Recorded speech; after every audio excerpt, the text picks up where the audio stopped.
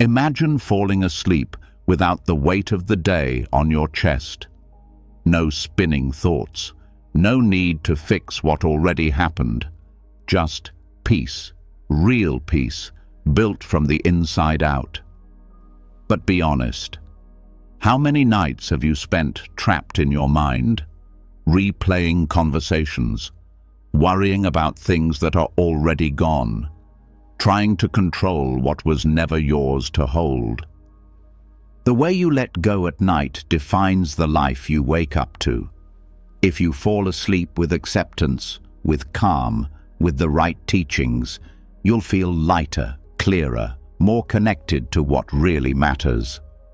But if you fall asleep in resistance, trying to control the uncontrollable, then you carry that struggle into tomorrow before it even begins.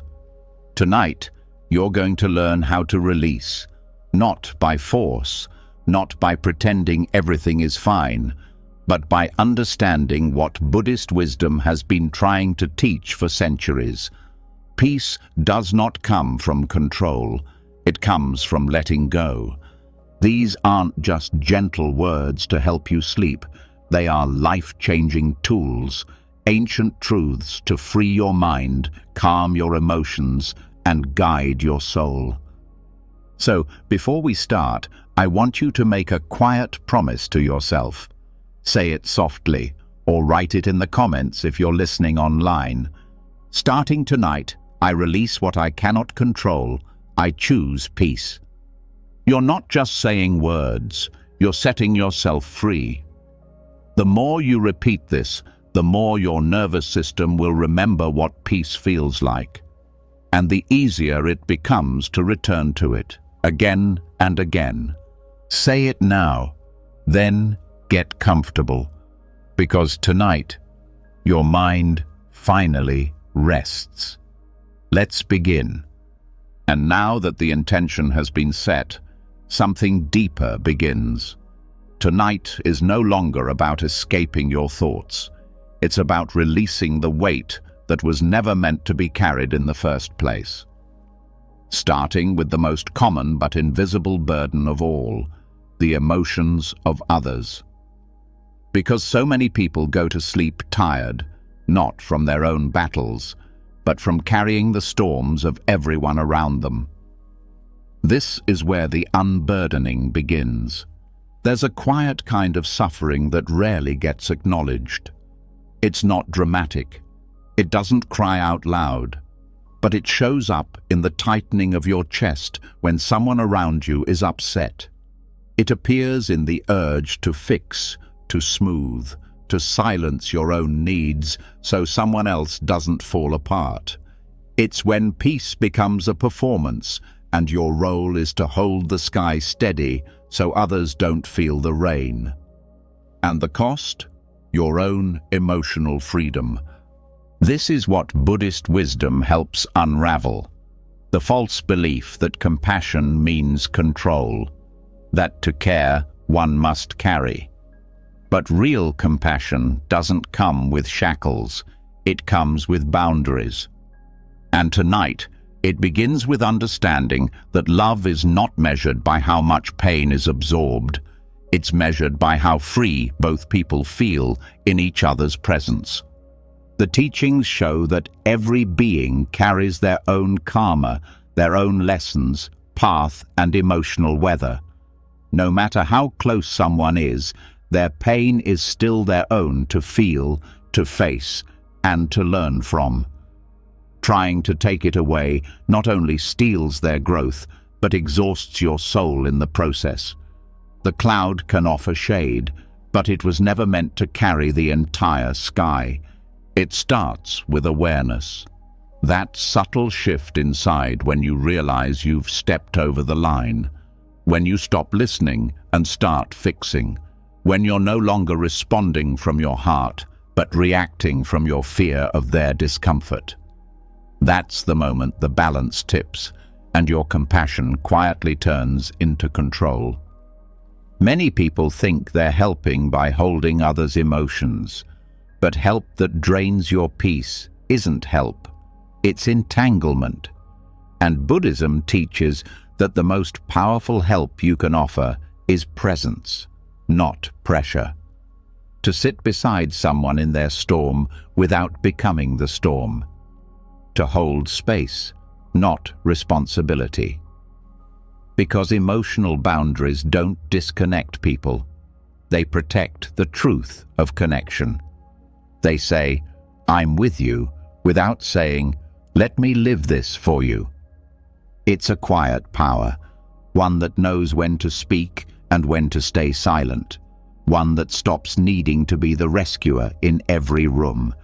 Because needing to rescue often hides a deeper wound, the fear of being unneeded. But when compassion is real, it doesn't need to be dramatic.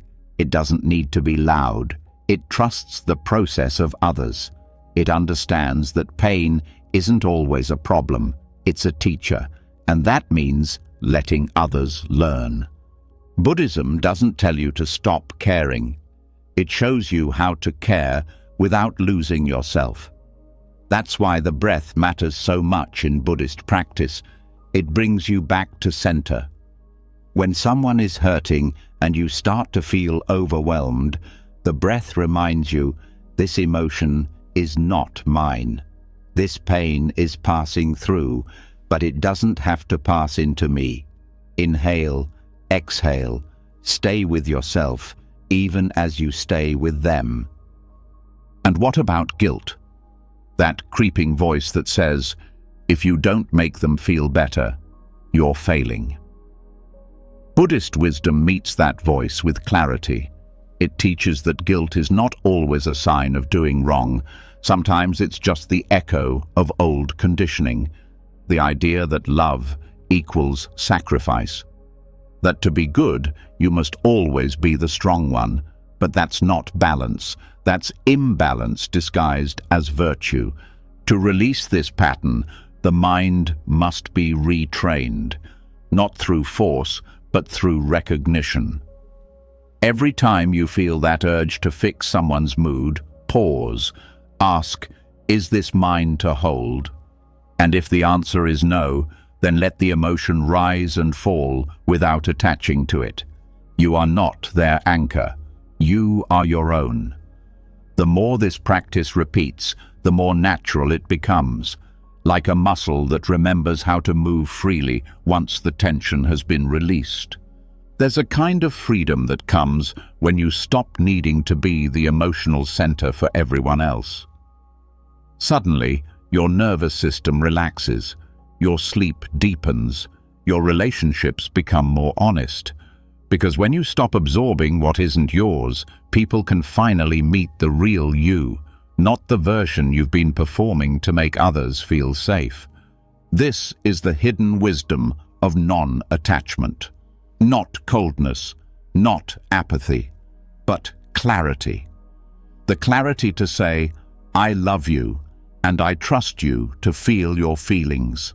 I will not take them from you, because they are sacred, because you are strong, because I believe in your path. That kind of love is rare. It's not always appreciated in the moment. Some may want you to carry their weight. Some may resent your boundaries. But the Dharma reminds us, holding space is more powerful than holding suffering. And in time, those who are ready will feel the difference. They'll feel your calm, your stability, your trust, and they'll begin to trust themselves too. Buddhist monks practice this through equanimity, the ability to stay rooted in compassion without getting swept away. They chant phrases like, all beings are the owners of their actions. This isn't detachment from humanity. It's respect for each person's inner teacher, a reminder that growth isn't something you can give. It's something only the soul can earn, one moment at a time. And what about those you love most? Family, partners, children. That's where this teaching gets tested the most. But even there, the same truth applies. Love that tries to control, even gently, is love that fears, love that lets go with trust and presence, is love that heals. Think of a tree. The roots go deep, but the branches move with the wind. You can be steady in your care without becoming rigid in your need to manage others' feelings. You can offer shade without blocking the sun. You can support others without replacing their foundation with yours. There's a line in the Dhammapada that says, "Let go of the past, let go of the future, let go of the present. With a heart free of all grasping, you shall find peace." It sounds extreme, but the heart of it is simple. Let go of what you can't control. And other people's emotions, that's at the top of that list. The mind may resist this at first. It will tell stories. But they need me, but they'll fall apart. But if I don't step in, who will? These are not the voice of love. They're the voice of fear wearing love's costume. Love doesn't say, "You're helpless without me." Love says, "You've got this. I'm here, but you've got this." You are not required to fix sadness that is not yours. You are not responsible for healing anger that does not come from you. You are allowed to be kind without becoming depleted. That is the Dharma of emotional sovereignty. And in this letting go, you make room for something far more beautiful: respect, real, soul-deep respect. The kind that says, "I honor your experience, and I won't interrupt your journey just to make myself more comfortable." This kind of respect changes everything. It changes how you show up. It changes how others feel around you, because they sense it. Your presence isn't heavy, it's light. It doesn't demand anything. It just is, calm, rooted, open. And that kind of presence, it's unforgettable. So tonight, as you rest, let this be your mantra. Their feelings are not my responsibility. My peace is not a sacrifice. I can love without carrying. I can care without control. You may feel resistance. You may feel guilt. But with each breath, let those feelings rise and fall like waves. You are not here to stop the storm. You are here to be the stillness underneath it. Sleep will come easier when the weight is gone. And when you wake up, the world may look the same, but something inside will have shifted. A quiet strength, a calm knowing, a lightness that stays with you long after the dream ends. And once you stop holding what was never yours to hold, something unexpected appears in the space that remains. Stillness, not silence from the outside, but a silence from deep within. The kind that doesn't beg for peace, but already is peace. Because when you no longer absorb the chaos of others, you're left with a truth that is even harder to face, the chaos within yourself. That's where the real practice begins, not in detaching from others, but in learning to stay grounded when your own mind begins to shake. This is where still water becomes your teacher. There's a surface to every life. That outer layer that gets hit first, when the winds of stress, loss, change, or uncertainty begin to blow. Most people live on this surface, reacting, repeating, spinning with the storm and calling it living. But deep below that surface is another place, a quiet depth that never stirs, no matter how wild things get above. And the goal is not to escape the waves, it's to drop anchor in that depth and learn to live from it. Meditation in Buddhism isn't an escape. It's not a time out from real life. It's the training ground for stability, the place where you slowly, steadily, return to the center of yourself, not by fighting the noise, but by no longer clinging to it. You sit, you breathe.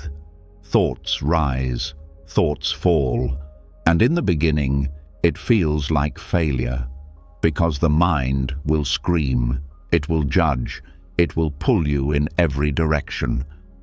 But the practice is not about silence, it's about not following the noise. Every breath becomes an anchor, a reminder that your mind can move, but you don't have to move with it, that your thoughts can spin, but you can still remain. And the longer you sit, the more you realize, most of what disturbed you wasn't the world, it was your reaction to it. In the Dhamma, this stillness is called samatha, a calming of the mental waters, but it's not forced. You can't grip your way into stillness. You relax into it, gently, patiently.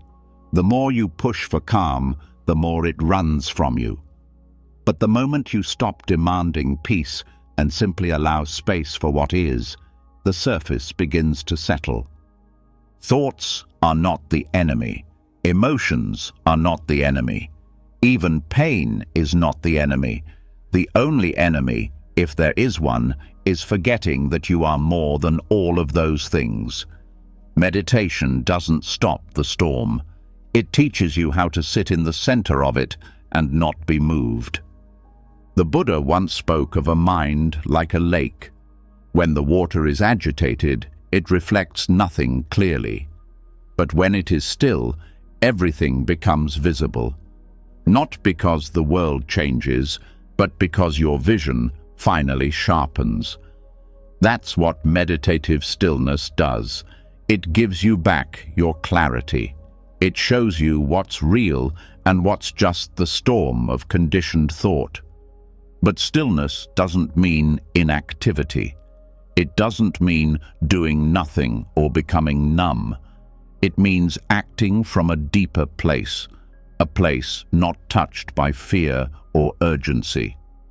From this state, even the hardest choices can be made with grace, because you are no longer choosing from panic, you're choosing from presence. To train this, consistency matters more than intensity. You don't need to sit for hours. What you need is to return again and again to your breath. Even 5 minutes with full attention becomes sacred. The breath becomes the bridge between the body and the mind. It grounds the nervous system. It slows the spinning. It opens the space between impulse and response. And in that space, you find your power. Some days the storm will be louder. Thoughts will be faster. Old wounds will rise. But every storm is a test of where you've placed your anchor. If it's tied to outcomes, opinions, or ego, you'll be dragged. But if it's tied to the breath, to presence, to awareness itself, you stay. This is the practice of non-reactivity. And it's not passive. It's one of the strongest disciplines a human can develop. Because the world will provoke you. People will misunderstand you. Life will shake you. But you don't have to shake. That choice is always yours. Stillness is the proof that your peace is not conditional. Many people hear non-reactive and think it means cold. But it's the opposite. The non-reactive person feels fully. They just don't get lost in the feeling. They witness the anger without becoming it. They notice the fear, but don't let it steer. They observe the urge to react, and in that pause, they choose peace over pattern. Meditation sharpens this ability. Like training a muscle you didn't know you had. The first time you sit and breathe, it might feel like nothing's happening. But it is. Slowly, your nervous system begins to unlearn the habit of panic. Slowly, your thoughts lose their grip on your identity. And slowly, your soul remembers what stillness feels like when it is no longer trying to control everything. Stillness isn't detachment from life. It's meeting life fully, without the inner resistance. You feel the sadness, but you don't sink. You feel the fear, but you don't run. You feel the joy, but you don't cling. Everything is allowed to come and go, like weather, like waves, like breath. And sometimes stillness isn't about the mind at all. It starts in the body. The body that holds tension like a second skin, that clenches in old defense even when no threat is near. Meditation is also a return to the body, a chance to feel what has been stored there. And when you breathe into those spaces, not trying to fix, just to feel, something begins to loosen. The storm inside starts to pass, and in that space, your true presence returns. There is a peace that no external event can touch. That's what Buddhist practice protects. It's not dependent on quiet surroundings or perfect conditions. It's the kind of peace that stays when plans fail, when people leave, when the world goes silent. A peace that lives in the breath, not in the outcome. The goal isn't to become some emotionless statue. It's to feel everything and still remain centered, to experience every high and low and still know where home is inside you, to return again and again to the breath, not because it's an escape, but because it's the only place life actually happens. Everything else is memory or projection. Even the Buddha was tempted by storms. Mara, the tempter, the inner voice of distraction and fear, visited him many times. But he didn't fight Mara. He sat with him. He said, "I see you, Mara." And in that recognition, without resistance, the storm passed. This is the teaching. What you fight owns you. What you allow loses its grip. Stillness is not the absence of movement. It is the absence of being moved by things that do not matter. It's the strength to feel deeply without being broken. It's the softness that doesn't bend to fear. And once it's cultivated, it becomes your shield, not from life, but from the illusion that you need to control life. This is why stillness is taught before wisdom, because without it, the mind can't see clearly. Without it, emotion distorts perception. But with stillness, even chaos becomes a teacher. Even suffering becomes sacred. So the practice continues. One breath, one moment, over and over. No need for perfection, no need to achieve anything, just be. Let the thoughts come, let them go. Don't follow, don't resist. Sit like still water beneath the storm, and when the day ends, when the world quiets, return again. Not to change your life, but to meet it fully, to anchor in something deeper than thought, to remember that no matter how loud the world gets, the true refuge is not out there, it's already inside you, waiting. Let the surface do what it does. The storm can swirl, the clouds can gather, but your breath remains, your awareness remains, your presence, soft and steady, is still here. That's all you need, and that is everything. And once the storm is no longer feared, once stillness becomes familiar, something else becomes clear. The fear was never just about chaos. It was about control. Deep down, the real discomfort was never the noise. It was the idea that life might not go the way you wanted, that outcomes might slip away, that plans might collapse, and so the mind clings, not because it's strong, but because it's scared. This is where we shift from calming the waves to letting go of the need to direct the current. Because peace is not just staying still in the storm, it's releasing the thread that ties your happiness to how things turn out. There is a moment in every life that feels like a breaking. A job is lost, a dream crumbles, a relationship ends, and in that instant, something snaps. The mind rushes to label it failure, rejection, defeat. But what if those moments were not the end of something valuable, but the release from something that was already holding you back? What if the thread that broke was never really keeping you safe, but keeping you stuck? This is the heart of non-attachment, not pushing life away, not becoming indifferent, but loosening the grip. Understanding that chasing specific outcomes often binds you to suffering you don't even recognize. Buddhism teaches this gently but firmly. It is your attachment, not the object of your desire, that causes pain. It starts early.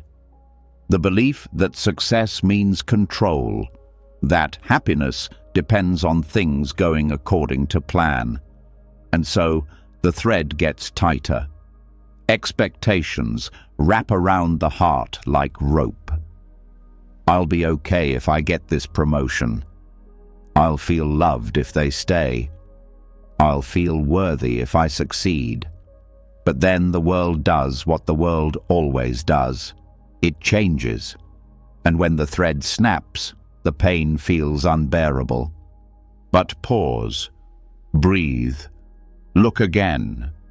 That breaking wasn't the end of your peace. It was the beginning of your freedom.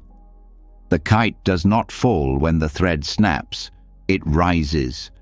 Because it was never the thread that gave it flight. It was the wind. And the wind, like life, cannot be controlled. But it can carry you somewhere new if you're willing to let go. Non-attachment does not mean you stop caring. It means you stop depending. You can still love deeply, try bravely, dream boldly. But you don't tie your identity to the result. You pour your heart into the moment, and then you let it go. You do the work, but release the outcome. You show up fully, but let life meet you how it chooses. This is not weakness. This is strength without strain. A kind of inner softness that cannot be broken because it's not holding on in the first place. Buddhist wisdom calls this upadana, grasping. It's the mind's habit of clinging to what it believes it needs to survive, and that includes praise, status, certainty. But the more you grasp, the more your identity shrinks around the thing you're trying to control, and the more afraid you become of losing it. But when the thread snaps, when the relationship ends, the plan collapses, the door closes, that's the opening.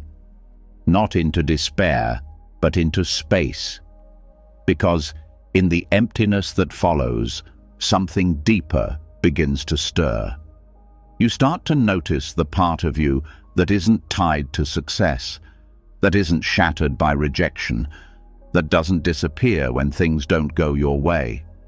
That part is the sky. Everything else was just a passing cloud. Failure becomes a gift when you stop defining yourself by outcomes, because when something you planned falls apart, it reveals everything you hadn't yet seen. It reveals attachments you didn't know you had. It shows you the difference between effort and control, and it gives you the opportunity to begin again, not from the same place, but from a deeper one. The Buddha taught that expectations are like strings. They stretch across the mind, tying your peace to the world's unpredictability. But when you begin to cut those strings, not by force, but by insight, your peace returns home. Not because the world changed, but because you stopped asking it to make you feel whole. Non-attachment is not resignation. It's participation without possession. It's saying, I give myself fully to this moment, and meaning it, even if the result breaks your heart. Because when you stop attaching your worth to outcomes, your heart doesn't break the same way anymore. It opens. And yes, there will still be pain. Letting go does not erase grief. But grief without attachment moves. It breathes. It heals. It teaches. While attachment freezes time, it creates stories like, this shouldn't have happened, and those stories become cages. But when you stop demanding that things last forever, everything becomes more beautiful. The love, the effort, the risk, it all becomes sacred, because you're not clinging to the result. You're honoring the moment. You're living, not bargaining with life for guarantees. This is why so many people feel lost after success. They got what they wanted, but the thread was too tight. They became their achievement. And when the applause faded, they didn't know who they were anymore. But the one who lives without attachment never loses themselves, because their peace was never borrowed. It was built. It's a different way of living. You start to ask better questions. Not, will this work out exactly how I want? But, what is this moment asking of me? Not, will they approve? But, am I acting from truth? Not, will I win or fail? But, did I show up with presence? And from there, you begin to see the deeper freedom. Because every snapped thread becomes a doorway. Every lost outcome becomes a return to self. And every so-called failure becomes a place where something lighter, more honest, can begin. You start to move through life like a kite without strings, still guided by intention, still touched by the wind, but not held hostage by where you land. You trust that what's meant for you will come. And what leaves you was never truly yours, not in a cold way, but in a wise one. The more you practice this, the more you feel it in your body. The grip in your stomach softens, the tightness in your chest loosens, your breath becomes slower, because the nervous system, too, is tired of clinging. It was never designed for constant tension. It longs to be untied, and when people ask what changed, you won't say, I stopped caring. You'll say, I started living without needing everything to go my way. You'll say, I stopped measuring my value by things outside my control. You'll say, I released the thread and I didn't fall, I rose. That's the paradox. The moment you stop trying to control life, you begin to live it, fully, deeply, without fear. Because freedom is not found in holding tighter. It's found in letting go, not recklessly, but consciously, like the breath that leaves without resistance, like the thought that passes without judgment, like the kite that lifts when the wind calls it forward, not when the thread keeps it tied to safety. And so tonight, as you rest, let yourself feel what you've been gripping. Let yourself name it. The outcome you're still trying to force. The ending you haven't accepted. The dream you thought you couldn't live without. And with each breath, gently loosen the thread. Say quietly to yourself, even if it doesn't turn out how I hoped, I will be okay. Even if the plan changes, I will still find my way. Even if this chapter ends, I trust what will begin. Let those words settle into your bones. Let your breath carry them through your body.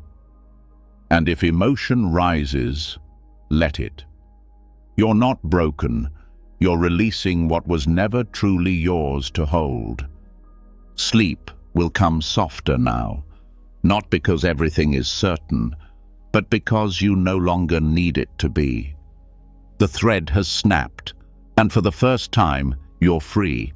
And when the thread breaks and you rise instead of falling, something unexpected happens. You realize that maybe it wasn't failure at all. Maybe it was life correcting your course, not punishing you, but purifying what you were clinging to. But even after the thread has snapped, even after you let go of the outcome, there's still something deeper the mind wants to do. Hold on to what's already past. Try to keep what's already leaving. Try to scoop water with a bowl full of cracks. This is where many remain stuck, clutching what was never meant to stay. The next step is to stop trying to keep the rain. Some things aren't taken from you. They simply pass through you, like rain on a rooftop. It falls, it touches, it leaves. And yet, how often does the mind try to preserve the unpreservable? A moment of happiness, a feeling of love, a version of yourself that no longer fits. The bowl gets filled, and instead of drinking, you try to freeze the water. You want to keep it, store it, protect it. But rain isn't meant to stay in one place. That's not its nature. And Buddhism reminds us, neither is life. The pain doesn't come from the rain passing through. It comes from the belief that it shouldn't. The suffering begins when the bowl tries to be permanent. When it forgets its purpose is not to hold forever, but to receive fully and then to release. This is the wisdom of impermanence. Anicca, one of the Buddha's core teachings. Everything changes, everything moves, everything fades. Not because something's wrong, but because change is the nature of all things. The tree loses its leaves, the river carves a new path, the breath leaves the body and returns as another. But the mind, conditioned by fear, resists this truth. It wants permanence in a world that offers none. Why? Because permanence feels safe. It gives the illusion of control. But that safety is a cage. When you try to keep the rain, you stop experiencing the rain. You stop feeling it. You stop being present with it. You spend so much time trying to hold it that you forget to let it nourish you before it moves on. This clinging shows up everywhere. In relationships that have already ended, in roles you no longer want to play, in versions of yourself that no longer feel alive.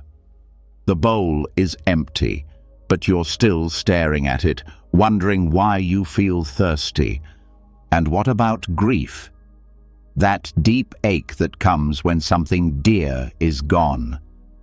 Buddhism doesn't ask you to ignore grief. It asks you to understand it. To see that grief is not a sign that something went wrong, but a sign that something mattered. Grief honors impermanence. It says, "This touched me, and now it's gone." And in that space, something sacred is revealed.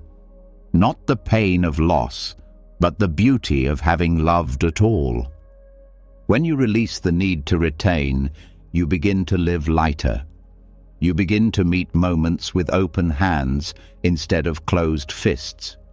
You stop trying to trap joy like a firefly in a jar, and instead, you watch it dance, knowing that the dance is enough. The bowl that didn't keep the rain is not broken. It is wise. It knows that to hold something forever is to miss what it really is. Nothing stays, and that's not tragedy, it's freedom. The fear of impermanence comes from forgetting that you too are part of the flow. You are not separate from the changing world. You are not an object in time. You are time itself, passing, shifting, becoming. Every breath you take is proof that you are a process, not a possession. The self you cling to is already gone, already becoming something else. That doesn't mean nothing matters. It means everything matters more, because it won't last, because you won't pass this way again. And so you learn to love not by owning, but by being present. You learn to appreciate not by collecting, but by noticing. You learn to live not by holding, but by flowing. This applies to success too, to happiness, to those perfect days that seem too good to end. If you cling to them, they spoil, but if you experience them fully, they leave a trace, a real trace, not something stored in a dusty memory, but something alive in how you walk forward. The best moments don't need to be kept. They shape you by passing through you. Impermanence also changes your relationship with pain. When you accept that all things pass, even suffering becomes less intimidating. The panic softens. You no longer say, "This will never end." You say, "This too will change." And suddenly, you can breathe again. There is a deeper kind of strength in knowing you can let go. Not because you've become numb, but because you've become wise. Because you've seen that the tighter you hold, the more you lose. But the more you allow, the more you live. It's a different kind of courage. The courage to feel everything without needing to freeze it in place. The courage to love fully even when you know it will change. The courage to enjoy the moment without needing to capture it. The camera can't hold the sunlight. The bowl can't keep the rain. And that's okay. Stillness is easier when you stop trying to stop the flow. Peace is closer when you stop asking life to stay the same. The petals will fall, the song will end, the warmth will fade. But what remains is presence. Presence that touches everything, even as it holds nothing. And when the rain comes again, you don't try to hold it. You let it fall on your skin. You feel it. You smile. You say, "Thank you." And when it passes, you don't chase it. You stay still. You breathe. You wait for whatever comes next. That's the new rhythm. The bowl's strength is not in what it keeps. It's in how freely it empties, how ready it is to receive again. Life becomes generous when you stop hoarding what's meant to pass through. And suddenly, there's space. Space for the new, space for the real, space for what's actually here. Attachment says, "Don't go."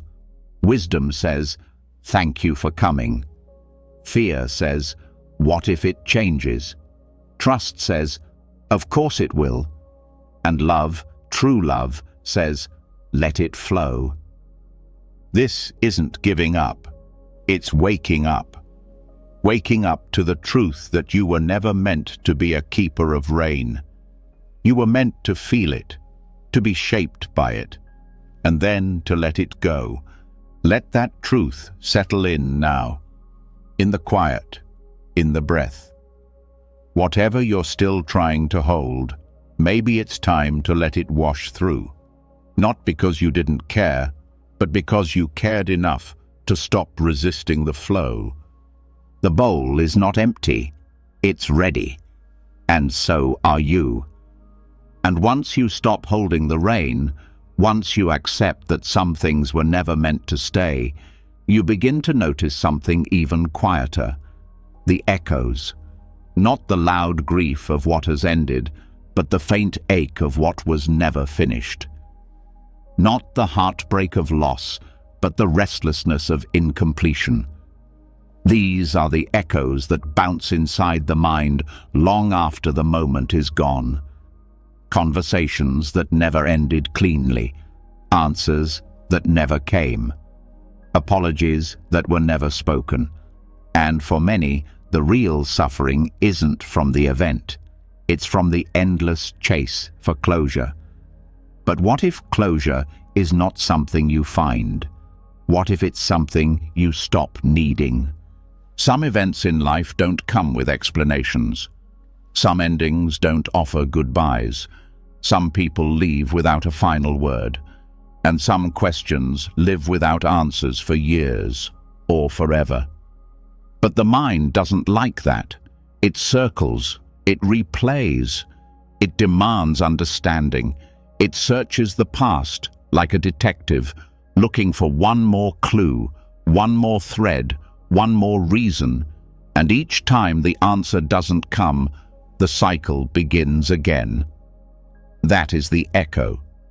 Not the event itself, but the mind's attempt to resolve something that was never meant to be resolved.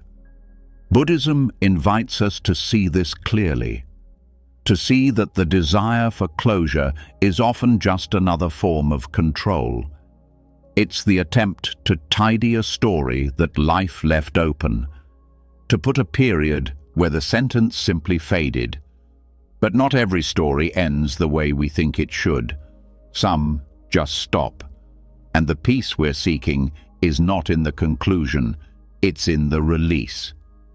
The echo that keeps chasing its voice lives in the past.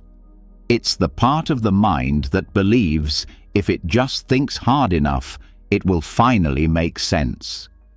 But understanding does not always bring peace, and peace does not always require understanding. Sometimes the deepest healing comes not from figuring it out, but from giving yourself permission to move forward without it. This doesn't mean you ignore what happened. It means you stop using it as a measuring stick for your present. The past will not rewrite itself, and chasing echoes won't bring you closer to truth. It will only take you further from presence. There are things you deserve to hear, but never did. Things you wished someone had explained, but never could. There are wounds that still open when triggered. But healing doesn't mean closing every loop. It means learning how to stand in the silence of the unresolved and still feel whole. Meditation teaches this gently. When a thought returns, an echo, you notice it, you name it, and you let it pass. You don't fight it, you don't feed it, you don't run after it. You sit, you breathe, you allow. Because chasing that thought only gives it power. Observing it dissolves its grip. Some echoes are tied to identity. Why did they leave? Why wasn't I enough? What could I have done differently? But Buddhist practice reminds us that the self is not fixed. It's not a concrete structure. It's a collection of moments, changing, shifting. And when you let go of the need to define yourself through an unanswered story, your identity becomes fluid again. Free, no longer stuck in that one moment that keeps repeating. It's not easy. The mind will insist. But closure will help me let go. I just need to know why. But that need is a trap, because even when you get the answer, it doesn't erase the pain, and often it only raises more questions. Real closure doesn't come from the outside, it comes from within. It comes from saying, even if I never get the answer, I choose to make peace with the silence. This applies to betrayal, to abandonment, to decisions others made that affected you deeply. You may never understand why someone hurt you. You may never know why they changed. But healing does not require their explanation. It requires your willingness to stop waiting. You can be whole without the apology. You can be free without the clarity. Because peace is not a gift they give you. It's something you claim when you stop depending on them to fix what they broke. This teaching is not about avoiding grief. It's about completing it, letting it do its work without dragging it into every future day. Grief becomes suffering when it becomes identity, when the echo becomes a soundtrack you live by. But you are more than what happened. You are more than the silence they left you in. Sometimes the most compassionate thing you can do for yourself is to stop hoping for a return. Some echoes are not signs, they're just noise. Let them fade. Buddhist teachings say that clinging to what is gone is like reaching for a reflection in the water. The more you grasp, the more distorted it becomes. But if you remain still, the image settles, and in that clarity, you no longer need the reflection to hold you. You become steady on your own. This doesn't mean you forget.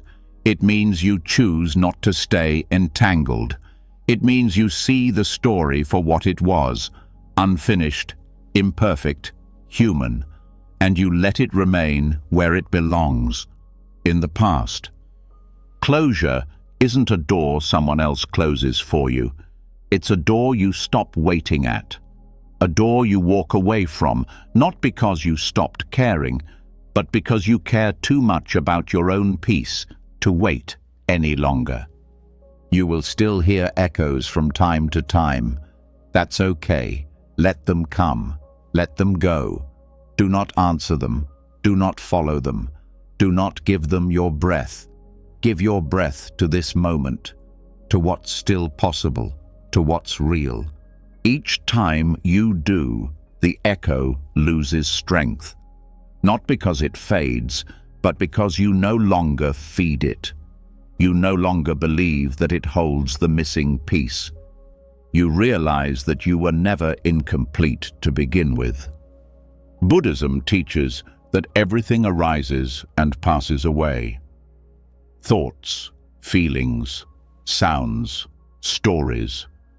The mind will try to resurrect them, but the path of practice is learning to see through that. To see that not everything that returns is meant to be re-entered. Some things are meant to be released again and again until one day they stop returning. And even if they don't, you are no longer shaken by them. They are echoes, not commands, not truths, not destinations, just leftover sound from a voice that no longer exists. This is how you reclaim your stillness, not by fixing the past, but by no longer chasing it. You stand in the now. You choose not to turn back. You let the echo echo, and you stay where you are. So tonight, if something returns, an old regret, a name, a voice you miss, greet it kindly, then let it go. Say to yourself, I don't need to hear the ending to make peace with the story. And let that be enough. You are not broken because something was left unresolved. You are not unworthy because someone didn't explain. You are not incomplete because life didn't tie the bow. The echo doesn't need to be answered. It needs to be released. And when the echo no longer pulls you back, when the unanswered questions begin to dissolve, you're left with something even harder to face. The parts of your past that you do remember, the things you wish you hadn't said, the choices that haunt you in the quiet, the moments you replay, not because they're unfinished, but because they hurt. And this is where another illusion lives, not in the search for answers, but in the belief that time can somehow be rewound, that if you just think hard enough, regret long enough, you might undo what's been done. But time does not turn around, and the clock never moves backward. There's a heaviness in regret that is different from grief. Grief aches for what was lost. Regret punishes for what might have been. It is not rooted in memory, but in comparison between the real and the imagined, between what is and what could have been. And the more the mind feeds it, the further it drifts from presence. Regret is the story that says, you should have known better. You could have done more. You messed it all up. But Buddhist wisdom invites you to ask, who is this voice serving, and what is it helping you become? If the past could be changed by thinking, you would have changed it already. Regret doesn't rewrite history. It rewrites identity. It convinces you that because something went wrong, you are wrong. It collapses the entire self into one moment, one mistake, one failure. But the Dharma reminds us that the self is not a static object. It is always unfolding. What you did back then was done by a version of you that no longer exists. That person made choices from a different place, different insight, different fear, different need. And holding today's self hostage for yesterday's actions only keeps you stuck in a prison built from shadows. The path to freedom is not pretending the past didn't happen. It's acknowledging it without attachment, seeing it as a chapter, not a sentence. It's understanding that wisdom is rarely born in perfection. It is carved out of error. It is shaped by the friction between who you were and who you are now trying to become. The Buddha didn't teach people to erase their past.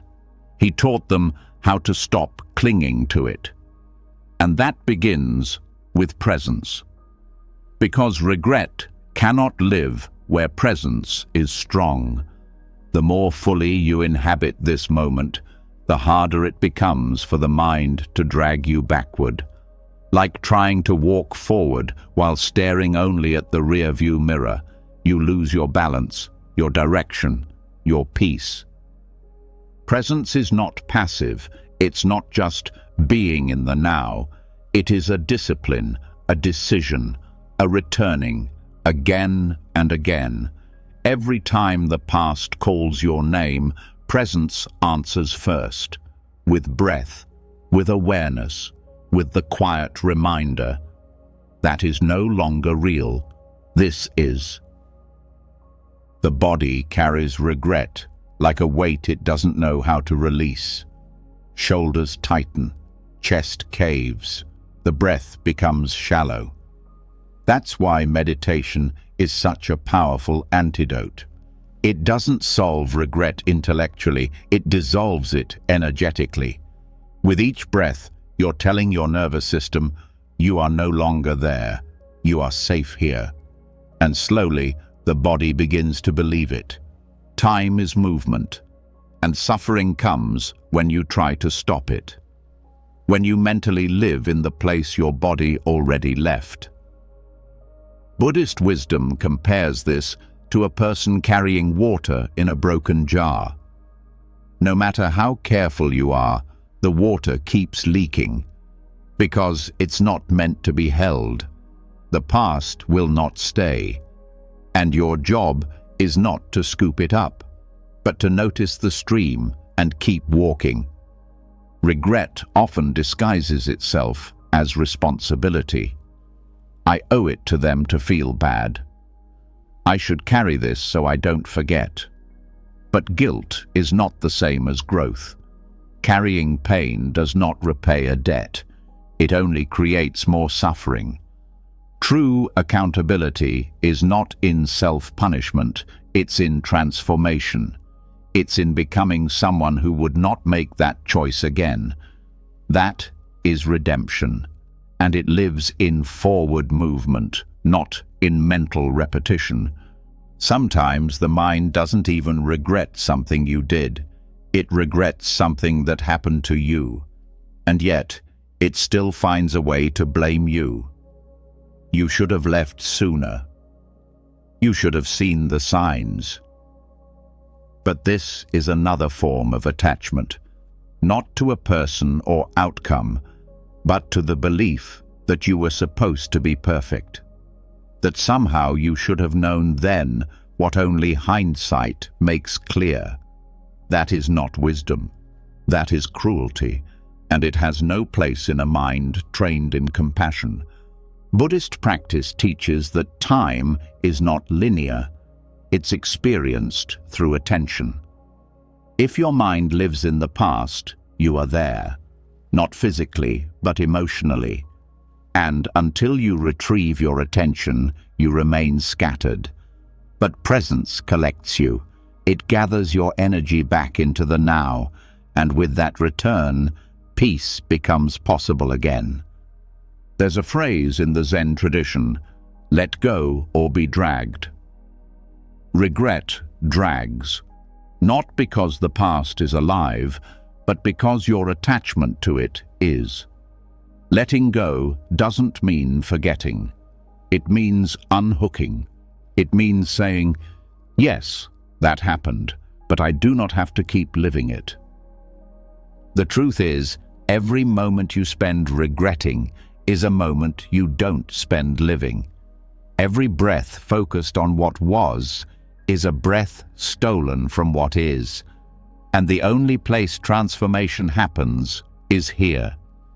In this moment, in this inhale, in this step. Even when the regret feels overwhelming, ask yourself this: is this thought helping me heal, or just keeping me in pain? If it's not helping, you can gently release it, not out of denial, but out of devotion to your own peace. You may still feel the weight sometimes. That's normal. Let it come. Let it be seen. Then let it pass. You are not your past. You are the one watching it float by.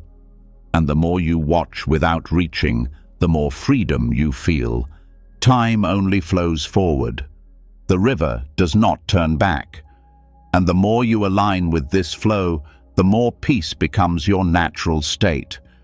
Not because nothing hurts, but because you no longer resist the direction life moves in. If you want to honor the past, don't stay there. Live better now. Speak with more kindness. Act with more awareness. Give more freely. Be more fully awake in every choice. That is how you turn regret into something sacred, not by clinging, but by transforming. The clock does not rewind, but you are not behind. You are exactly where you need to be to start again. So tonight, when the thoughts come, let them come. Don't argue, don't explain. Just say, that was then, this is now, and return to the breath. Again and again, until the mind stops fighting time and begins to flow with it. Let the clock move forward. Let yourself move with it. And once you've accepted that time cannot move backward, that your only power is in how you meet this moment, you start to see another layer of attachment that often hides in plain sight. Expectations. They aren't loud like regret. They aren't sharp like loss. They arrive quietly, disguised as hope, as planning, as responsible thinking. But left unchecked, they become a weight. And for many, the pressure doesn't come from what's happening. It comes from what was supposed to happen. This is where potential gets drowned before it even begins to grow. Not from lack of effort, but from the inability to let go of the rain you thought would feed you. There is a seed in each of us, a potential that doesn't bloom by force. It doesn't grow by certainty. It unfolds when the conditions are right. But the mind doesn't like that. The mind prefers control, so it brings water, too much water. It floods the soil with expectations. It tells the seed when it should bloom, how it should look, and what it must become. And in that flooding, the seed can't breathe. The very thing meant to nourish ends up smothering. Expectations are not the same as goals. Goals move with flexibility. They allow for change. Expectations demand. They say, "This is how it must be." And when it's not, the mind turns against itself. It blames. It doubts. It feels failure where there may have only been redirection. Buddhism teaches that suffering comes not from what is, but from the gap between what is and what was expected. That gap becomes a battlefield, a place where the present is not experienced, but constantly compared to an image that may never have been real to begin with. This happens in small ways. The day doesn't go as planned. A conversation doesn't go how you hoped. You feel off, tired, disconnected, and suddenly the mind says something is wrong. But maybe nothing is wrong. Maybe the only problem is that the moment didn't match the mental script. And the script was never life. It was an idea, a projection, a picture that never asked for permission to become reality. The problem with expectations is that they shrink the field of possibility. They create a narrow definition of success, of love, of happiness, and anything that falls outside that definition feels like failure, even if it's not. The seed may be growing roots when you're looking for flowers. It may be gathering strength while you're demanding results. And in that mismatch, frustration grows. But surrender changes everything. Surrender isn't weakness, it's alignment. It's when the mind stops arguing with the moment and begins to listen. When the inner storm quiets and you notice that something is still growing, even without your constant pressure. The seed that bloomed was the one left alone, the one that received just enough and was trusted to do the rest. Your life is not a machine that needs to be pushed. It is an unfolding that asks to be witnessed. And your potential is not something you have to force. It's something that reveals itself when you stop drowning it in what you think should be. Expectations often come from fear.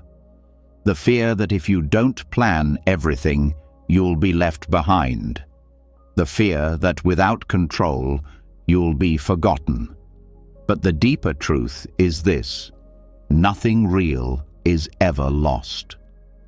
What's meant for you doesn't require micromanagement.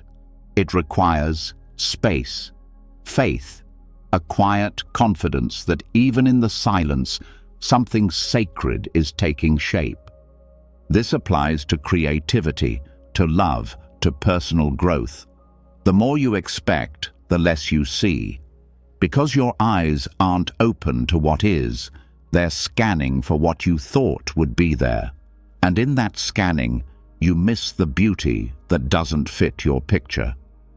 Buddhist mindfulness invites you to meet each moment with fresh eyes, to drop the lens of assumption, to stop demanding that today look like yesterday's vision board. The flower doesn't bloom because you yell at it. It blooms when it's ready, and that readiness isn't always visible. It often looks like stillness, like nothing's happening. But underneath, The roots are strengthening. The foundation is deepening. The timing is unfolding. When you release expectations, you start to move differently. You become curious instead of controlling, open instead of rigid, grateful instead of entitled. And that shift changes your energy. People feel it. Life responds to it. Opportunities emerge that weren't visible before, not because they weren't there, but because your expectations were blocking the view. Even with yourself, the same rule applies. Expectation creates pressure. Pressure creates resistance. Resistance creates stagnation. But self-compassion creates movement. And movement, when allowed, always finds its way forward. You don't have to demand perfection to grow. You only have to allow what's real to take root. There's an old teaching in Zen: let go or be dragged. But there's also this: surrender and you'll see what's already working. You'll see that maybe you were never behind. Maybe nothing is missing. Maybe the very thing you feared would be lost was never supposed to stay. And in that letting go, the seed finally breathes, and the rain, once released, becomes nourishment instead of flood. This doesn't mean you don't dream. It doesn't mean you stop caring. It means you stop gripping. You move with intention, but without obsession. You trust your steps without needing to see the entire path.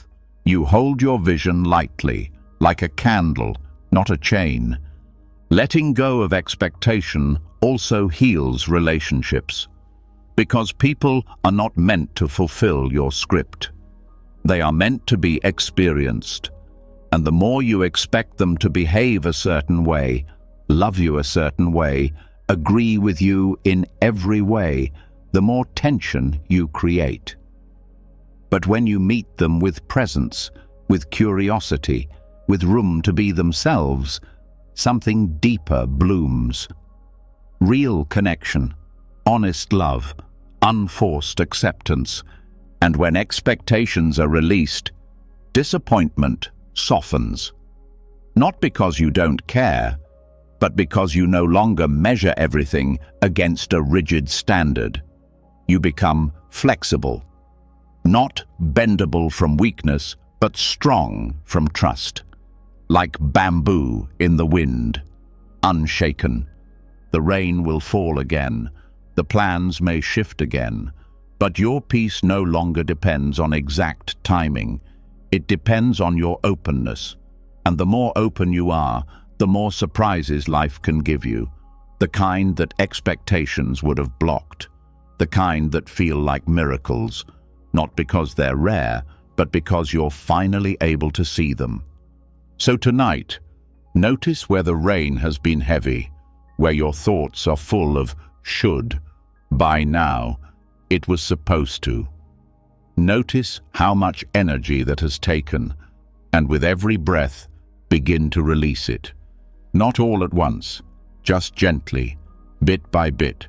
Say to yourself, the seed will bloom when it's ready. I don't have to force what's already unfolding. Let that truth settle into your bones. Let the tension leave your shoulders. Let your breath remind you that you're not behind, not broken, not late. You are growing in ways you cannot yet see. Let the rain go. Let the seed breathe. And watch what begins to bloom. And once the seed is allowed to grow without pressure, once you no longer demand the rain to arrive on your schedule, something else becomes clear. Life doesn't need to be forced to move forward. What grows with care grows stronger. What breathes without pressure breathes deeper. But this doesn't mean you have no power. It means your power is different than you thought. Not domination, not pushing, not making others or the world bend to your will. It's something softer, something wiser, like the wind, not controlling, but guiding, not forcing, but moving with intention. This is where the Buddhist teaching of skillful means comes alive. Influence without control is not weakness, it is mastery. It is the art of moving through the world without clinging to outcomes, speaking without needing to win, acting without trying to overpower. This is the wind that carries, the presence that shifts without shouting, the energy that transforms, not by pressure, but by resonance. In Buddhism, this is called upaya, skillful means. It's not just what you do, it's how you do it. The tone behind your words, the intention behind your choices, the awareness behind your actions. You can say the right thing in the wrong way and cause harm. You can speak a truth with arrogance and lose the heart of it. But when the heart is clear, when the ego has stepped aside, even the smallest word can move mountains. Skillful means begin with listening, not just to others, but to the moment itself. What does this moment need? Not what do I want to happen, but what is actually wise here? Sometimes the answer is silence. Sometimes it's action. Sometimes it's waiting. And knowing which one is right comes not from control, but from connection. Control tries to make everything fit. Skillful action responds to what is already unfolding. Control resists the flow. Wisdom learns how to ride it. This shows up in conversations. When someone disagrees, the reactive mind wants to argue, to prove, to overpower. But the skillful mind pauses. It watches. It asks, is this about truth or about control? Is this response about clarity or about being right? And in that pause, space opens. A breath returns. The wind moves, not like a storm, but like a breeze, subtle yet powerful. Even in relationships, the difference is clear. Control says, change so I can feel safe. Influence says, I will model calm, and that may shift something in you. Control demands. Wisdom offers. Control says, this is how it must be. The wind says, let me move around you, with you, towards something better. The power of the wind is in how it moves without attachment. It changes direction when needed. It doesn't get stuck in one path. It adapts. It bends without breaking. This is not passive. It is responsive. And in that responsiveness, there is deep intelligence. You stop reacting from habit and start responding from presence. Even the Buddha used skillful means. He didn't speak to everyone the same way. He met each person where they were. Some needed gentle words. Others needed firm redirection. Some needed stories. Others needed silence.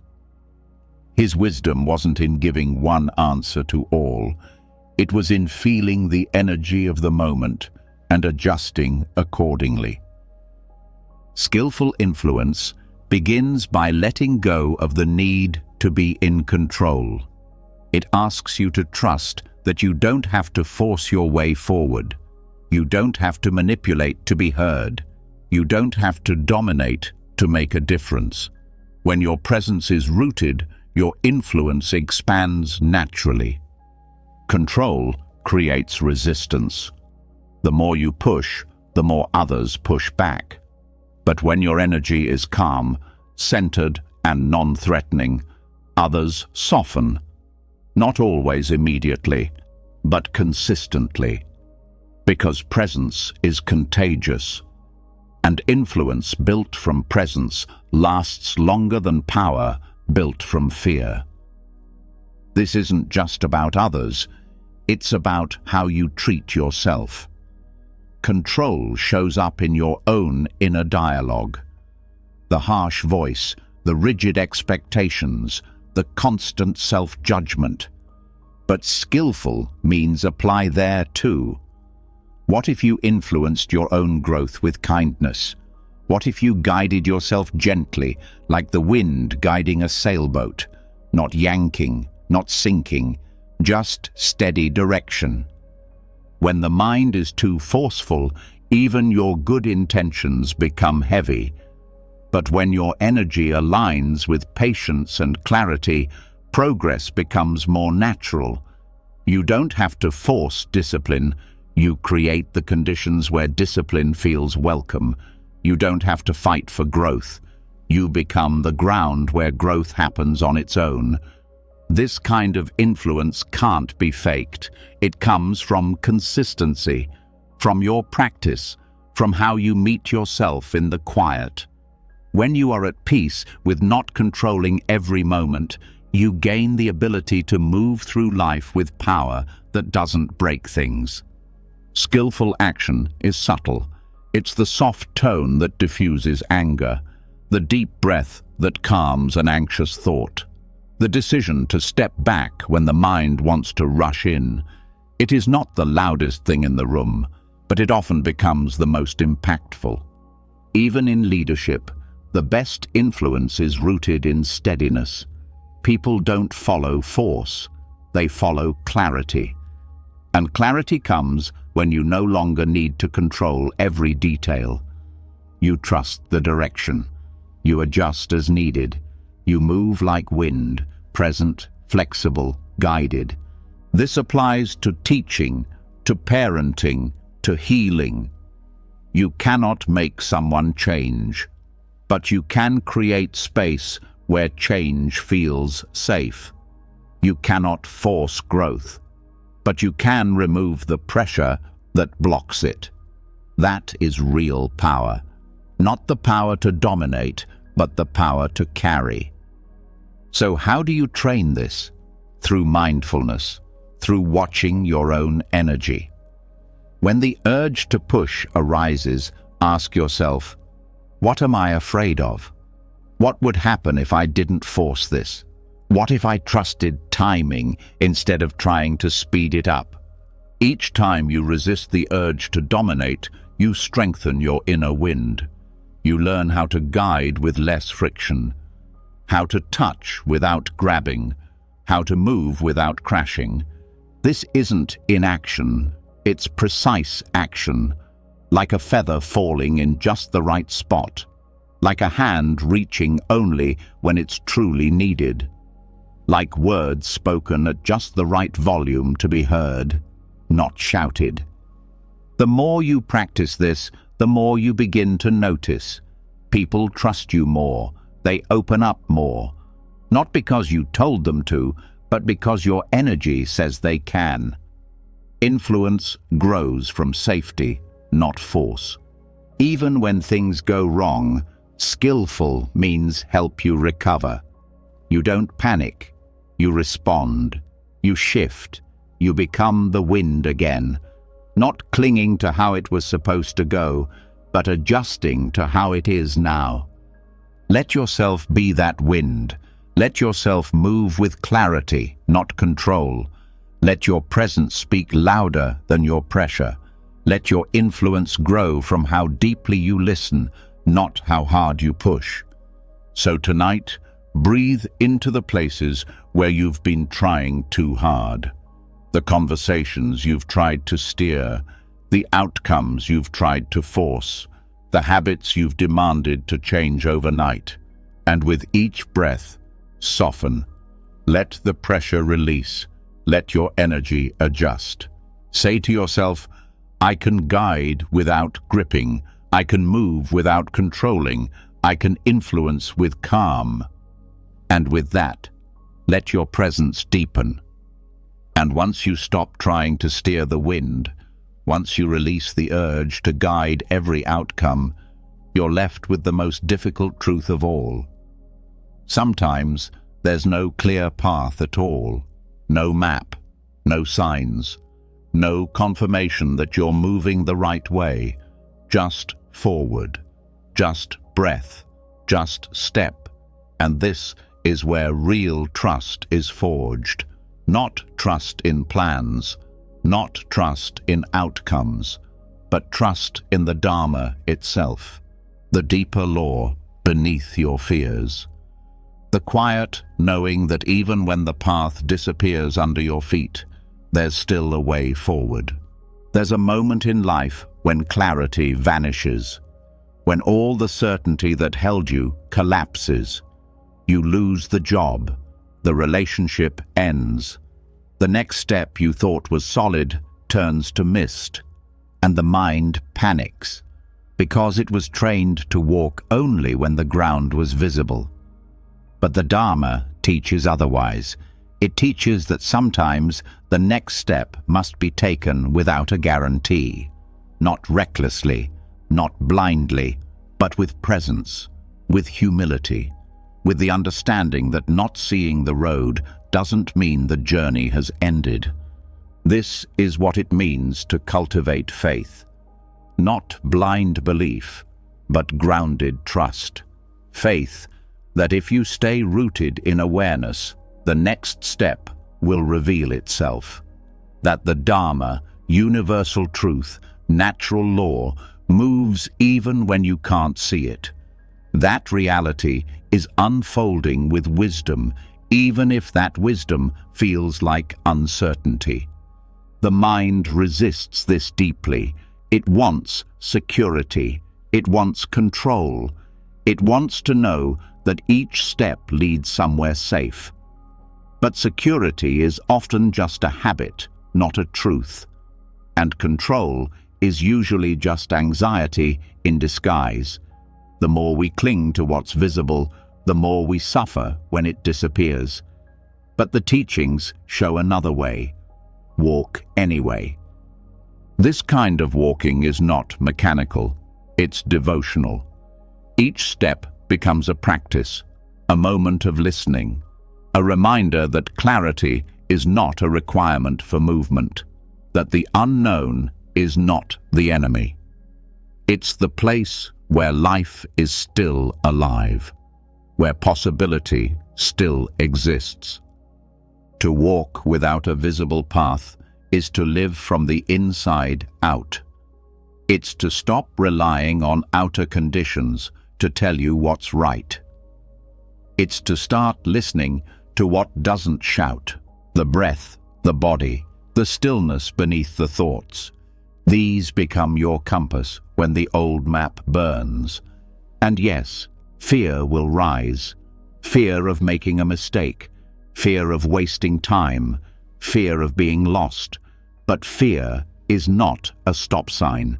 It's just a signal, a moment of tightening. And when you see it, you don't retreat. You breathe through it. You soften into it. You take the step anyway. The Buddha never promised a clear path. He promised freedom. And freedom often looks like standing in the dark with your eyes open, no longer searching for a spotlight, just learning how to walk with your own light, no matter how small. This applies to every transition, when one chapter ends and the next hasn't begun, when the identity you once had no longer fits and the new one hasn't taken shape. These liminal spaces are sacred, not because they feel good, but because they're real, raw, honest. They strip away illusion and leave you face to face with yourself. And this is where practice becomes more than theory. This is where all the meditation, all the letting go, all the awareness is tested. Can you stay with yourself when nothing else stays? Can you keep walking when even the path beneath your feet has vanished? This is not about endurance, it's about presence. You don't rush through the unknown. You don't try to outthink it. You meet it fully. You let it shape you. You become the kind of person who doesn't just survive uncertainty, but becomes more alive in it. Because when the path disappears, distractions fall away. You can't rely on autopilot. You have to wake up. You have to look closely, listen deeply, respond from your core, not your conditioning. And in doing so, something beautiful happens. You begin to trust not the path, but your capacity to walk. You stop asking, "What should I do?"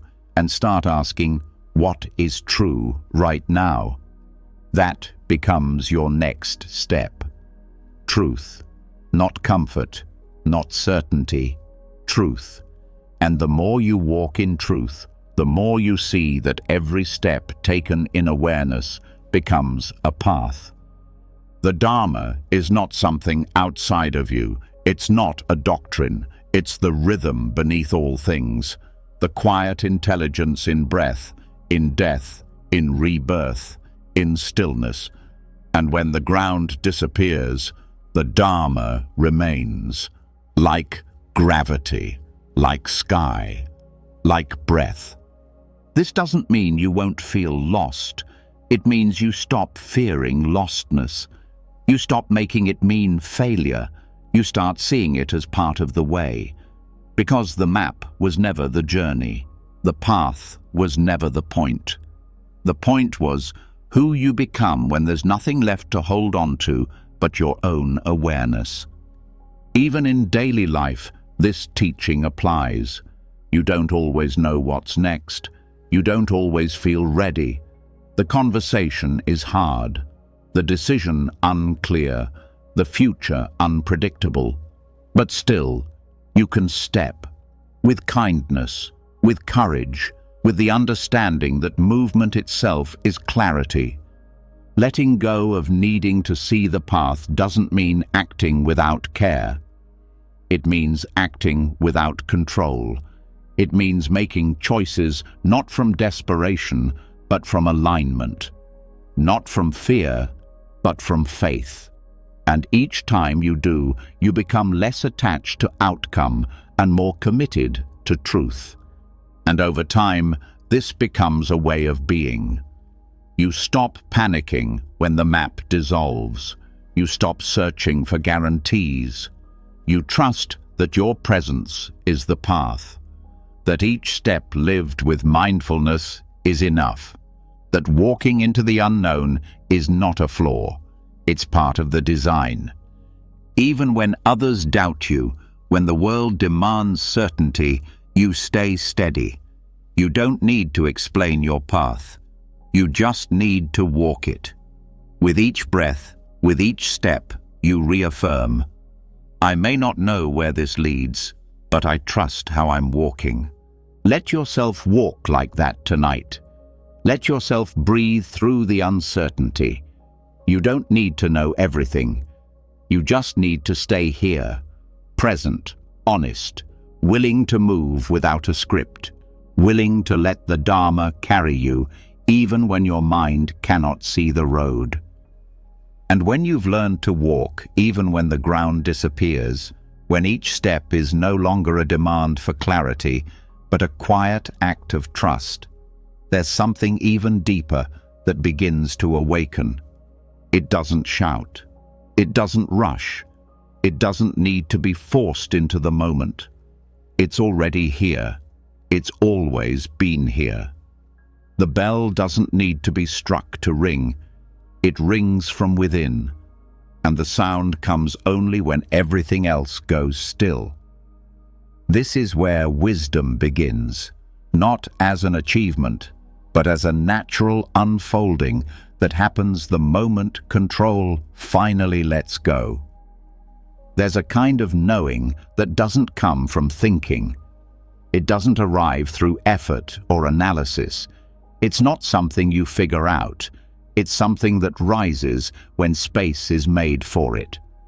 But most of the time, the space is filled with plans, with opinions, with strategies and mental rehearsals. The bell of inner truth waits in silence, but the mind rarely leaves enough quiet to hear it. So it stays silent, not because it's absent, but because it's drowned out. Buddhist teachings point to this again and again. The wisdom you seek is not far away. It's not locked in a sacred book or a distant monastery. It's already here, resting beneath the noise. But to find it, you must stop trying to strike the bell. You must stop demanding answers from the world and start listening to the stillness within.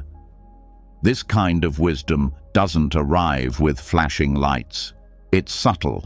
It moves like a shift in the wind, like a body relaxing after years of tension. You don't even realize it's come until you feel different, calmer, clearer, more aligned. And it didn't come from doing more. It came from finally doing less. In meditation, this is why we let the breath lead, not because the breath gives us answers, but because it returns us to presence.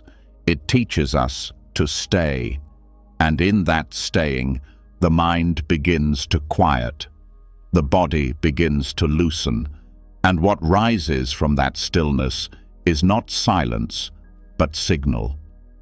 A soundless guidance that doesn't use language, but speaks directly to the center of your being.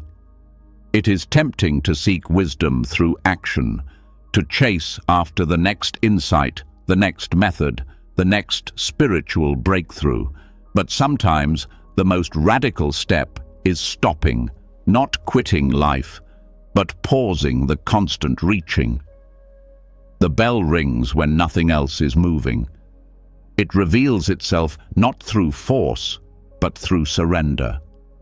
You've already seen how control interferes, with people, with outcomes, with inner peace.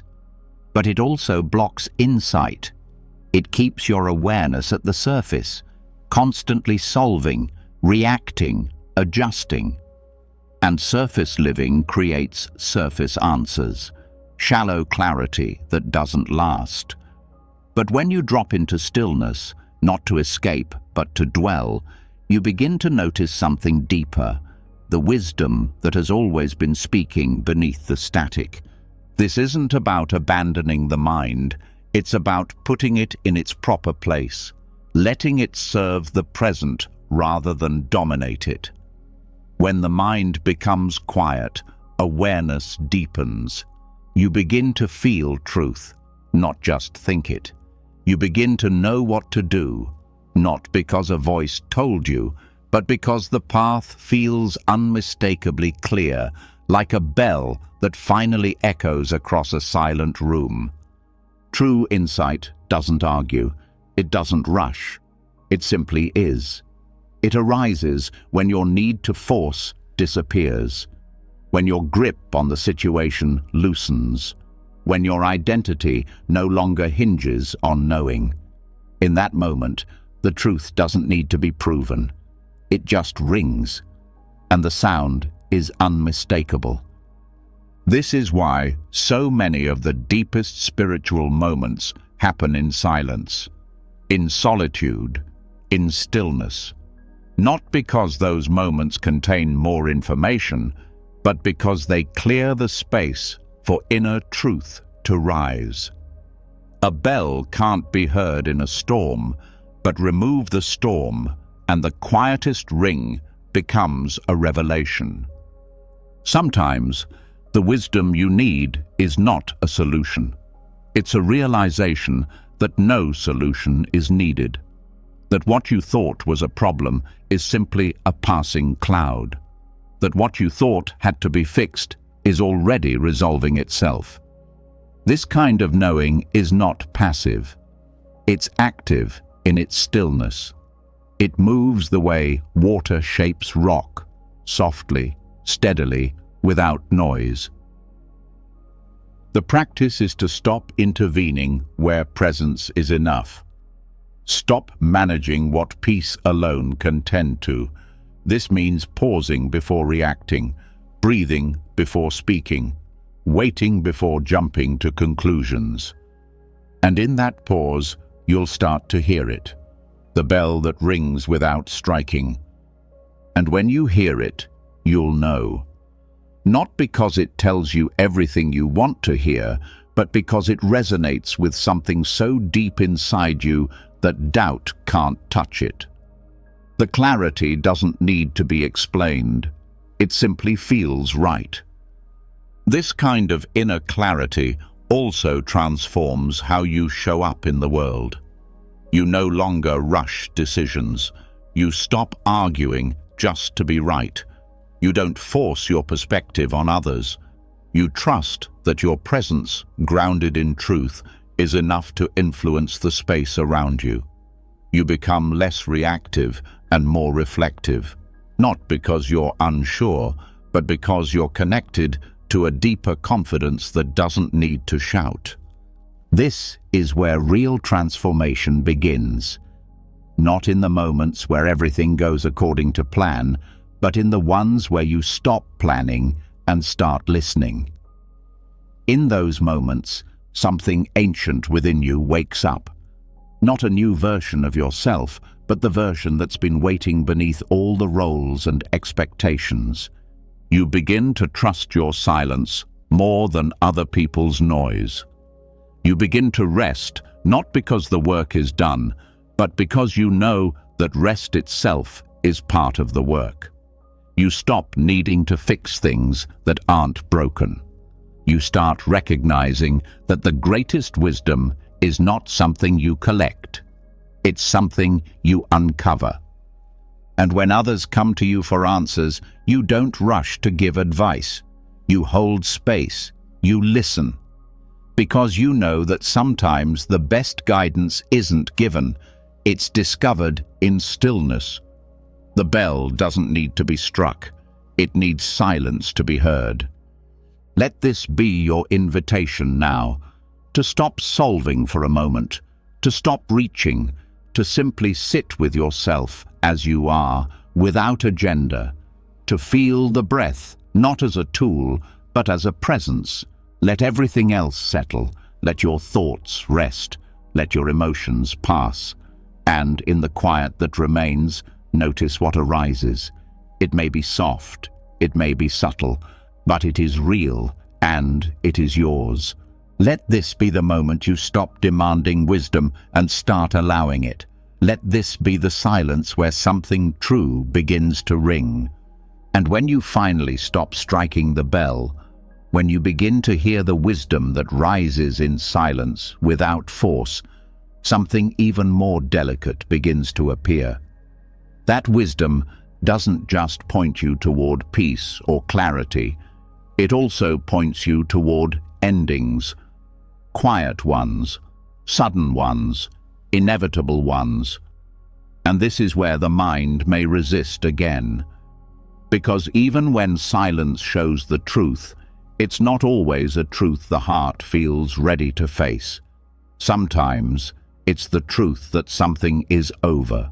A season has passed, a connection has run its course, and the only way forward now is to let go. There's a moment just before the leaf falls that holds everything. The beauty of what was, the sorrow of its passing, the instinct to hold on, and the silent understanding that no amount of gripping can keep it from the ground.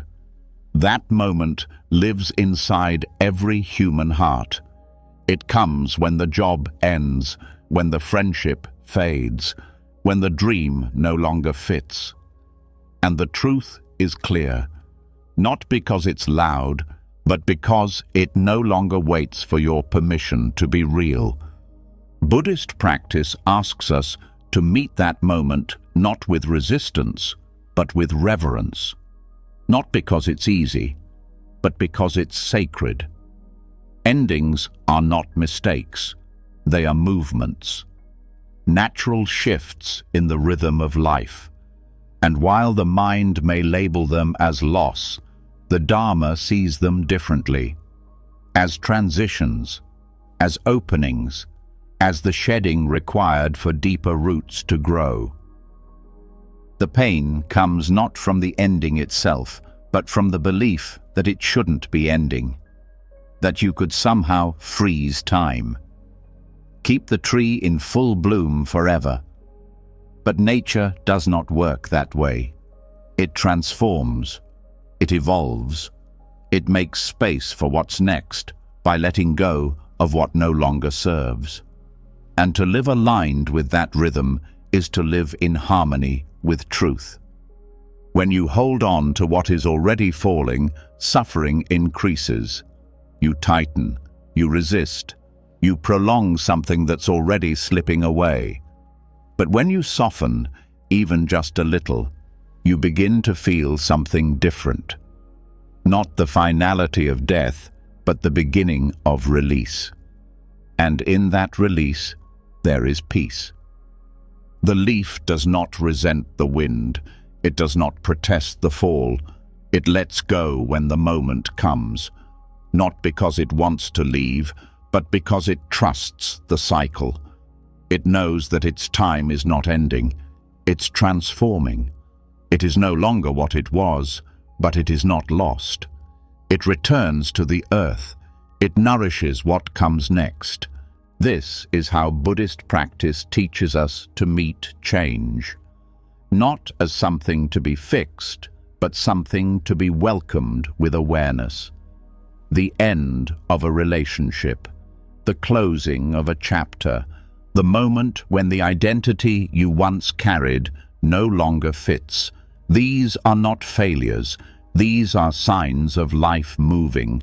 To embrace natural endings, you must first see them clearly, not rush past them, not numb them, not disguise them as detours, but honor them for what they are, necessary turning points, invitations to shed what no longer aligns, and that requires presence, presence that does not demand closure, but allows for integration. Grief may still rise. It often does. That is not a sign of weakness. It's a sign of love, of connection, of how much something mattered. But grief is not an enemy. It is a companion that walks beside you until you are ready to walk alone again. And walking alone is not a punishment. It is a practice, a chance to return to yourself, to listen more closely, to notice who you are when the old roles fall away, when the attachments loosen, when the story begins to change. Endings also bring space, and in that space, a new kind of breath appears, a deeper inhale, a softer exhale, not because everything is perfect, but because you're no longer fighting what can't be stopped. You are no longer pouring energy into resistance. You are letting life move. The leaf does not return to the branch, and you don't have to return to versions of yourself that you've outgrown. Growth doesn't always look like building something new. Sometimes it looks like dissolving what is finished, honoring it, and allowing the empty space to remain empty for a while. There is wisdom in the pause between what was and what's next. That pause can feel like death, but it is often the beginning of new roots taking hold beneath the surface. You don't always have to know what comes next.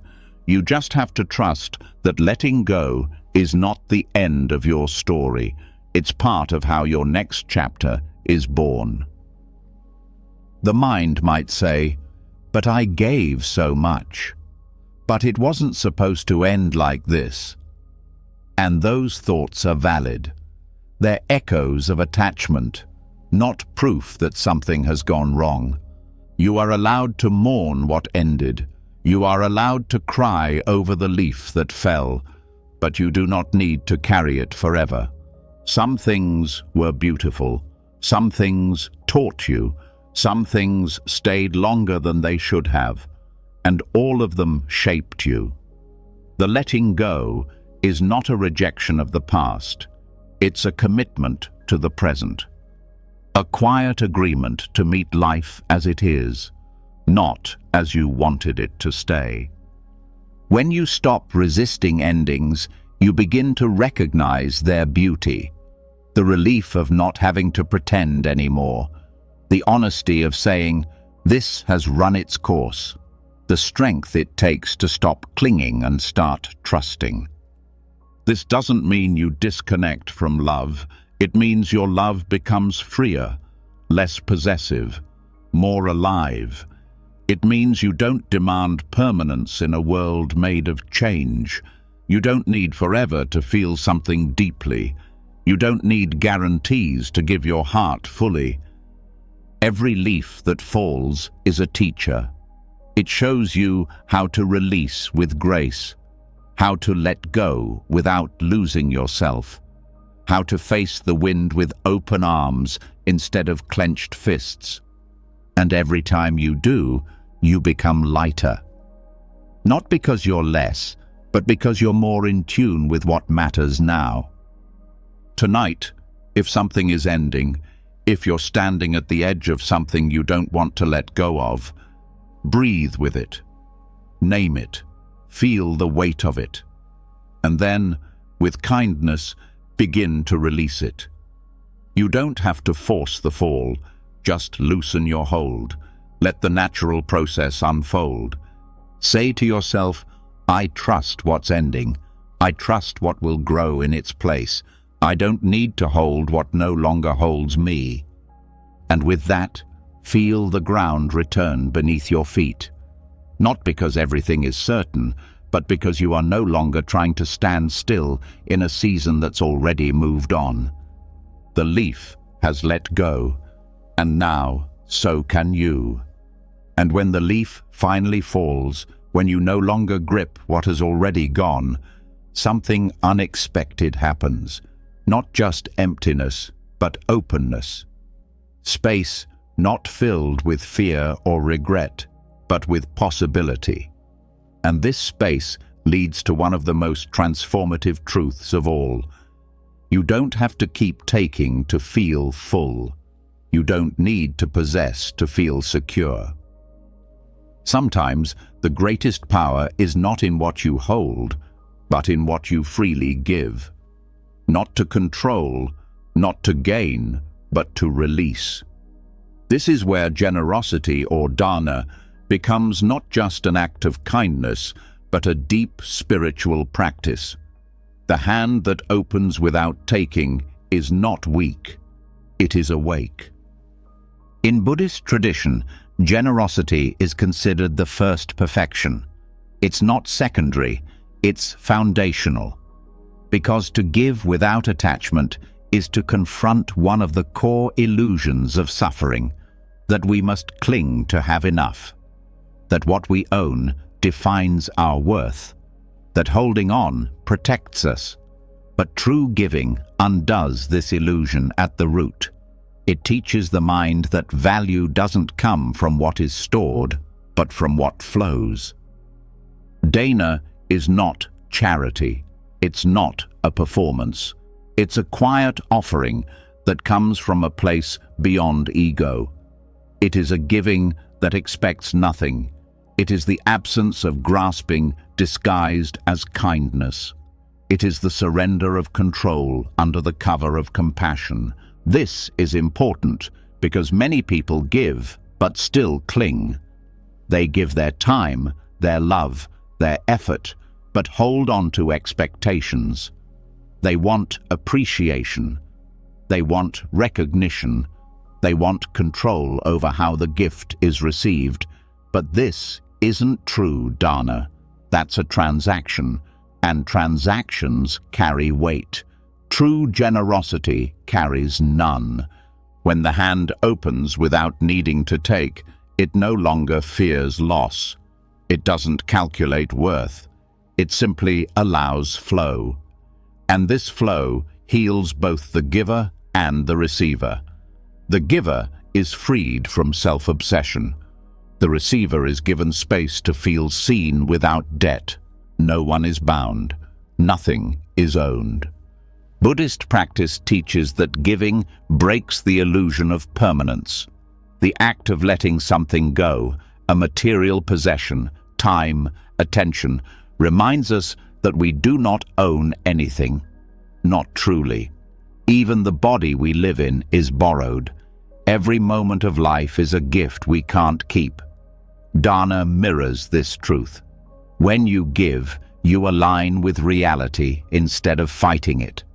And it extends beyond things, giving attention without needing to be the center, giving love without controlling how it returns, giving forgiveness without holding it over someone's head. These are harder forms of generosity because they ask us to let go of emotional control, the subtle kind that hides inside noble acts. But here's the paradox. The more freely you give, the more you receive, but not in the way the mind expects. You receive peace, lightness, connection that's not based on power, trust that isn't bought, joy that isn't earned. And you begin to feel that what you feared you would lose through giving is the very thing giving returns to you tenfold. Dana also softens the walls between self and other. It blurs the hard line of separation. When you give genuinely, the illusion of isolation weakens. You see that the line between mine and yours is not as solid as it seemed.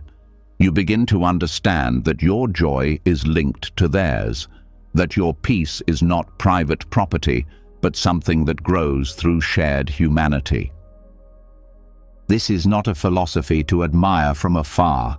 It's a practice, a way of moving through the world, a habit of offering, not as a performance, but as a reflection of presence. You give not because you're supposed to, but because you see the moment clearly, and the most natural response is openness. And that openness trains the heart.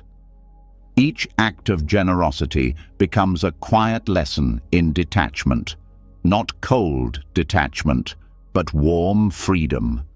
You offer and you let go. You act and you don't grip the outcome. And this trains you to live more lightly, to move through the world with less friction, less need. This practice also works in reverse. When you withhold, when you cling, you feel it in your body. The tightness, the fear, the pressure. Holding too much of anything creates suffering. Even the grasping at good feelings becomes exhausting.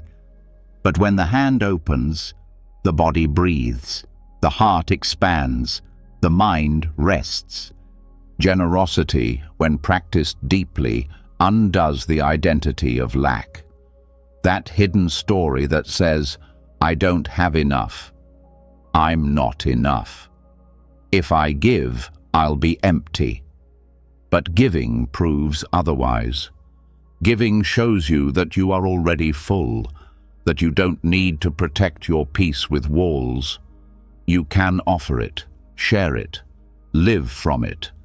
And this applies not only to individuals, but to the way we relate to the world. A society built on taking, on endless accumulation, on hoarding status and safety, creates collective anxiety. But generosity softens the system. It introduces trust into a cycle that runs on fear. It reminds people that not everything is a transaction, that value can exist outside of profit, that relationships can be built on care, not leverage. In the teachings, even the Buddha himself relied on dana. He didn't sell his teachings, he offered them, and the communities that supported him did so not out of obligation, but out of reverence. It was a mutual generosity, an energy of flow, not extraction. So how do you live this? It begins with awareness. Notice when you hold too tightly, when your giving comes with strings, when your kindness masks control, and then begin to open small steps.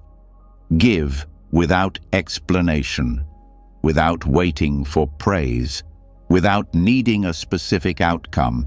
not to feel better, just to be free. And when the fear rises, and it will, breathe through it. Let your body remember that you are not losing, you are releasing, you are stepping back into rhythm with reality, into the truth that everything you try to keep will one day be taken anyway. So, let it move through you. Let it do its work in someone else's life. And do this not just when it's easy, but when it's hard, when the heart wants to close, when the ego wants to protect, when your pain says, "Don't give again." That's when the practice becomes real.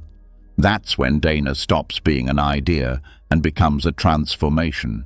Because what you're really giving up isn't the thing. It's the illusion that you need it to be whole. So tonight, feel your hands, literally. Let them rest open on your lap. Let the body show you the gesture. And then ask yourself, where can I open more? What have I been gripping? Not just in objects, but in thoughts, in relationships, in identity. Let the answers come. Let them be gentle. You don't have to fix it all now. Just begin. Begin with the smallest offering, a thought released, a kindness given, a need let go. And as you rest, repeat silently, I can offer without owning. I can love without holding. I can live with open hands. And when the hand opens without needing to take, when the act of giving becomes a soft release instead of a silent demand, something begins to shift. You start to feel less tangled, less rushed, less burdened by the invisible weight of having to shape everything perfectly. But there's still one place where control quietly hides: the breath. Not the act of breathing itself, but the tension that builds when you forget to return to it, when life spins too fast, when the urge to fix everything takes over. And yet, with one inhale, everything can settle. The dust doesn't need to be swept. It needs to be left alone long enough to land. And that's what mindful breathing offers: a return to peace, not through effort, but through presence. In the Buddhist path, the breath is not just a biological necessity, it's a bridge, a thread between the body and the mind, between reaction and awareness, between the chaos of the world and the clarity within. And unlike anything else you might rely on, it is always available, always faithful, always here. Mindful breathing is not dramatic. It won't make the problems disappear. It won't erase your schedule or give you immediate answers. But what it does is even more powerful. It stops the spiral. It breaks the pattern. It invites the nervous system to pause before it tries to fix, solve, defend, or chase. It shifts the attention from the storm to the eye of it. The breath grounds. It does not need to be manipulated to do this, simply noticed, received, felt. When the mind is racing, the breath slows the race. When the body is bracing, the breath softens the grip. It reminds you that not everything has to be controlled, because not everything is broken. The world teaches urgency, alerts, demands, notifications, problems you're told must be handled now. But the breath teaches a different tempo. It slows the drumbeat. It turns down the volume. It says, you can be here just as you are. You don't need to solve this moment. You only need to return to it. And that return is where peace begins. Not the peace that comes from everything going your way, but the peace that's been waiting under the noise. Like dust finally settling once the wind stops thrashing. This doesn't mean life stops happening, but how you meet it changes. Instead of reacting to everything with urgency, you begin to respond from stillness. Instead of trying to change the external world to find peace, you start tending to the space within you where peace already lives. Breathing with awareness doesn't require effort.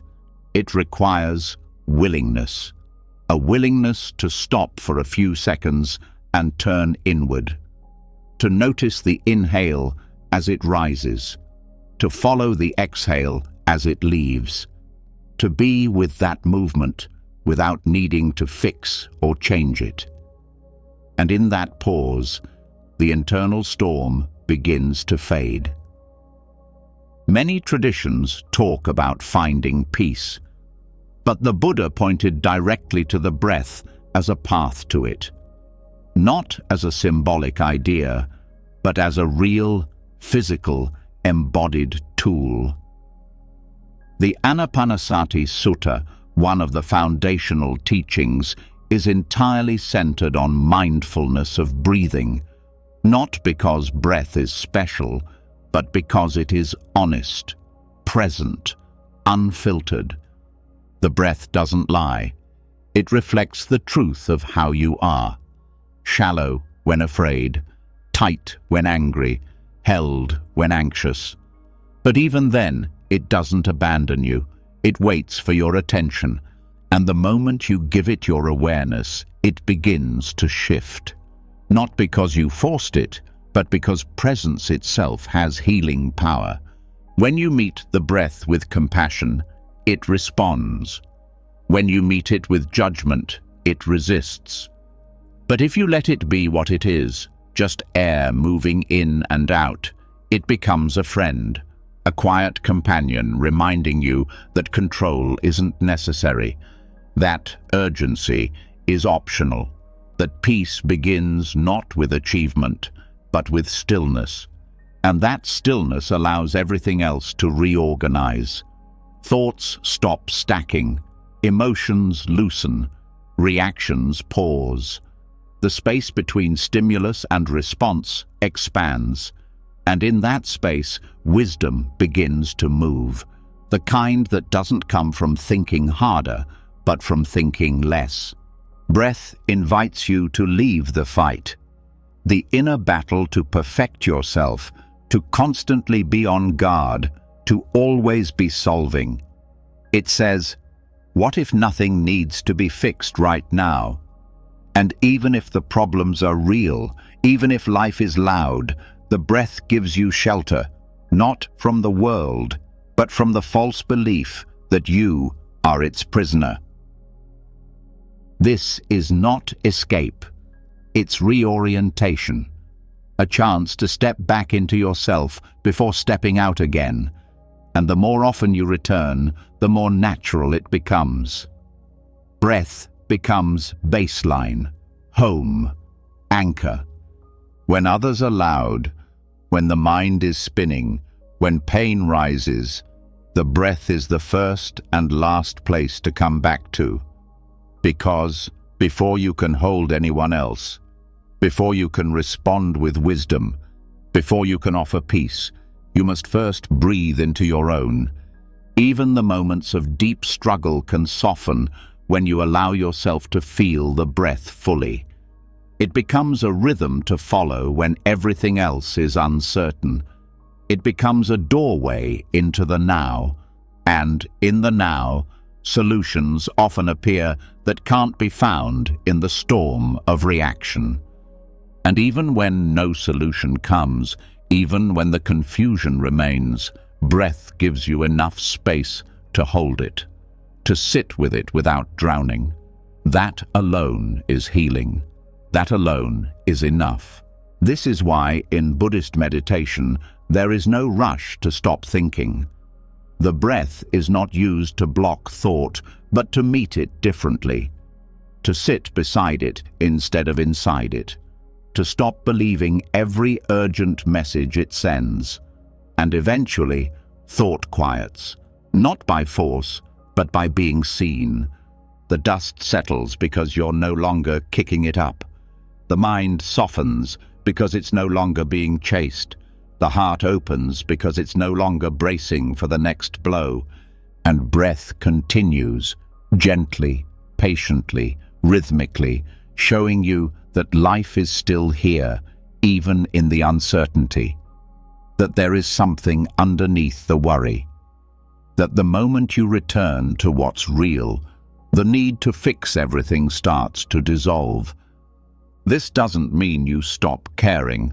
It means you start caring differently, from a grounded place, from a clear place, from a place that doesn't lose itself while trying to help. So tonight, let yourself stop fixing, stop solving, even for just a few breaths. Let the world do what it will for now. Let the questions remain open. Let the dust fall. Breathe in, not to achieve calm, but to remember it.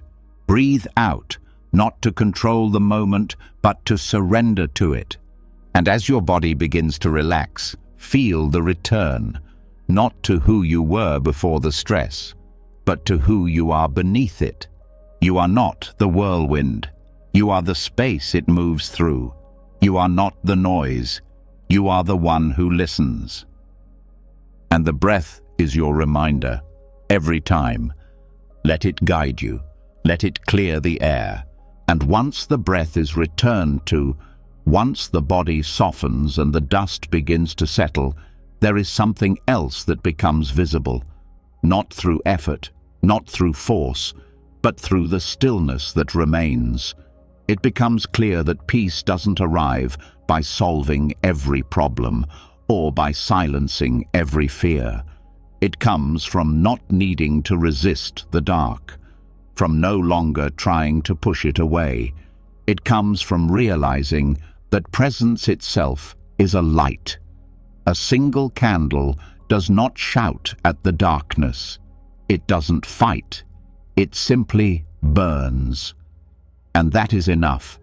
There is a deep misunderstanding in the mind that says if suffering exists, it must be eliminated. That pain must be pushed away. That darkness must be defeated through struggle.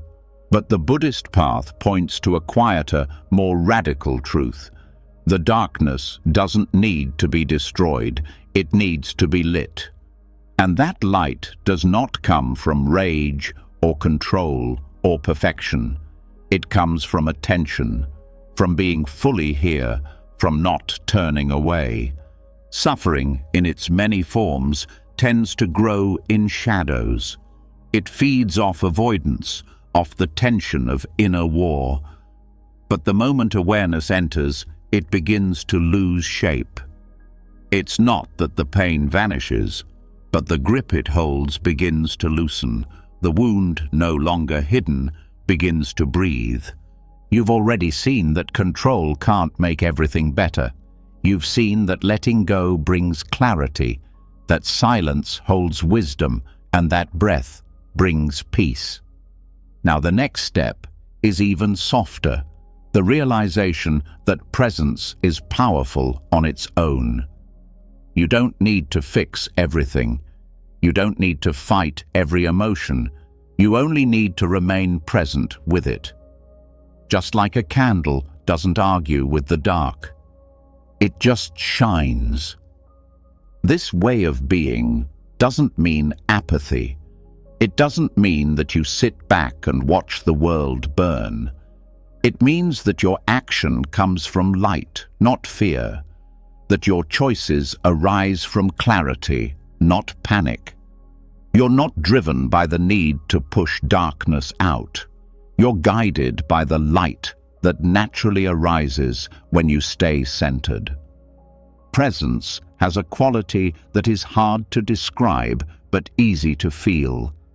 It doesn't solve the world's problems in one breath, but it changes the energy of the space. It shifts the way you relate to what's difficult. When you stop resisting, you stop feeding the thing you're afraid of. When you stop pushing, you stop reinforcing the tension. The candle teaches that you can hold pain without becoming it, that you can sit with fear without needing it to disappear, that your stillness can be more healing than your strategies, and that your attention, steady, non-judging, gentle, is the most powerful force you have. So many people think peace is something to be earned, that if they do enough, change enough, win enough battles within themselves, they'll finally deserve peace. But peace isn't a prize. It's a state that's already available, not when everything is quiet, but when you stop running from the noise. You don't light a candle to make the dark go away. You light it because that's what candles do. And the dark, seeing it, begins to shift. This is how the Dharma works. It doesn't promise that the darkness will leave. It doesn't offer escape. It offers a path into presence. And in that presence, everything becomes less frightening. Not because it's changed, but because you have. When you stop resisting, you open. When you open, you allow. And when you allow, healing begins, not as a project, but as a process. That process cannot be rushed, but it doesn't need to be, because even a little light changes the whole room. You may still feel sadness, still experience fear, still face uncertainty, but you won't panic in it. You won't collapse into it, because now there's a candle burning at the center of it all, and you know how to keep it lit, not by fanning it with anxiety, but by protecting it with presence. This isn't just a mental state, it's a lived practice, in every breath, in every moment where you could react, but instead choose to stay. When you feel the urge to run, and instead choose to remain rooted. When you soften instead of tighten. When you allow instead of defend. That is the candle. That is the light. And it doesn't need to be big, just consistent, just steady, just honest. Even in relationships, this energy transforms everything. When someone brings chaos or pain into your space, the old reaction might have been to fight or fix, but now the response shifts. You hold the light. You stay present. You don't get pulled into their storm. You offer clarity, not as dominance, but as steadiness. The darkness is not the problem. The resistance to it is, because the more you fight it, the more you entangle with it. But the moment you let go of that fight, you begin to see through it.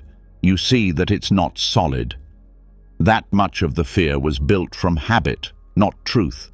And so you keep your light steady, not to control the moment, but to meet it, to allow what is without collapsing into it, to stand with an open heart, not a clenched fist.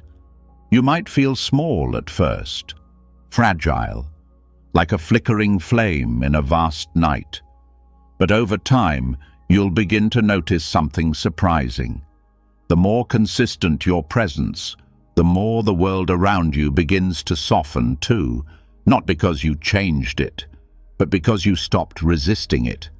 The light you carry doesn't need to be explained. It doesn't ask for permission. It doesn't need to prove anything. It simply exists. And in that existence, everything begins to feel possible again.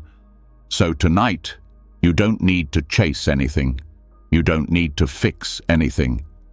Let the thoughts come. Let the emotions rise.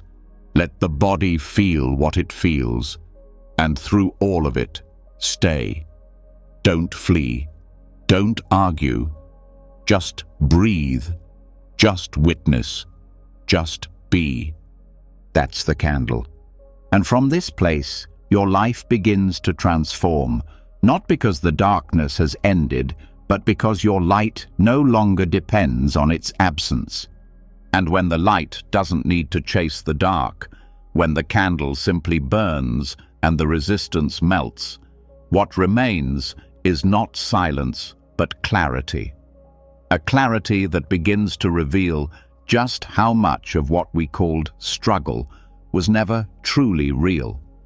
Not because the pain wasn't there, but because the mind was telling a story about the pain. The suffering wasn't always in the experience, it was in the interpretation, the belief, the attachment to how things appeared.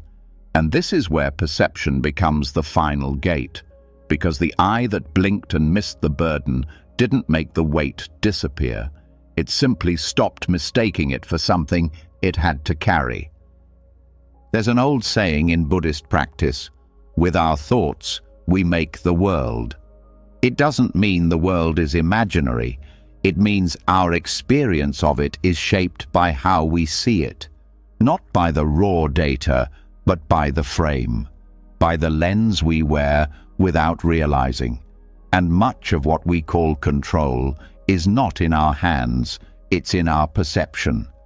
The belief that if we think hard enough, worry long enough, analyze deep enough, we'll gain power over what scares us. But that search for power creates more tension. The real shift comes when you start to see that the burden was never what happened. It was the story built around it. When awareness sharpens, you begin to notice that most control isn't action, it's attention. It's the way the mind keeps circling, trying to make sense of everything before it lets go. It believes struggle is proof of strength, that if it can just grip a little tighter, the fear will leave. But sometimes all that's needed is a blink, a soft release, and in that tiny pause, the illusion crumbles.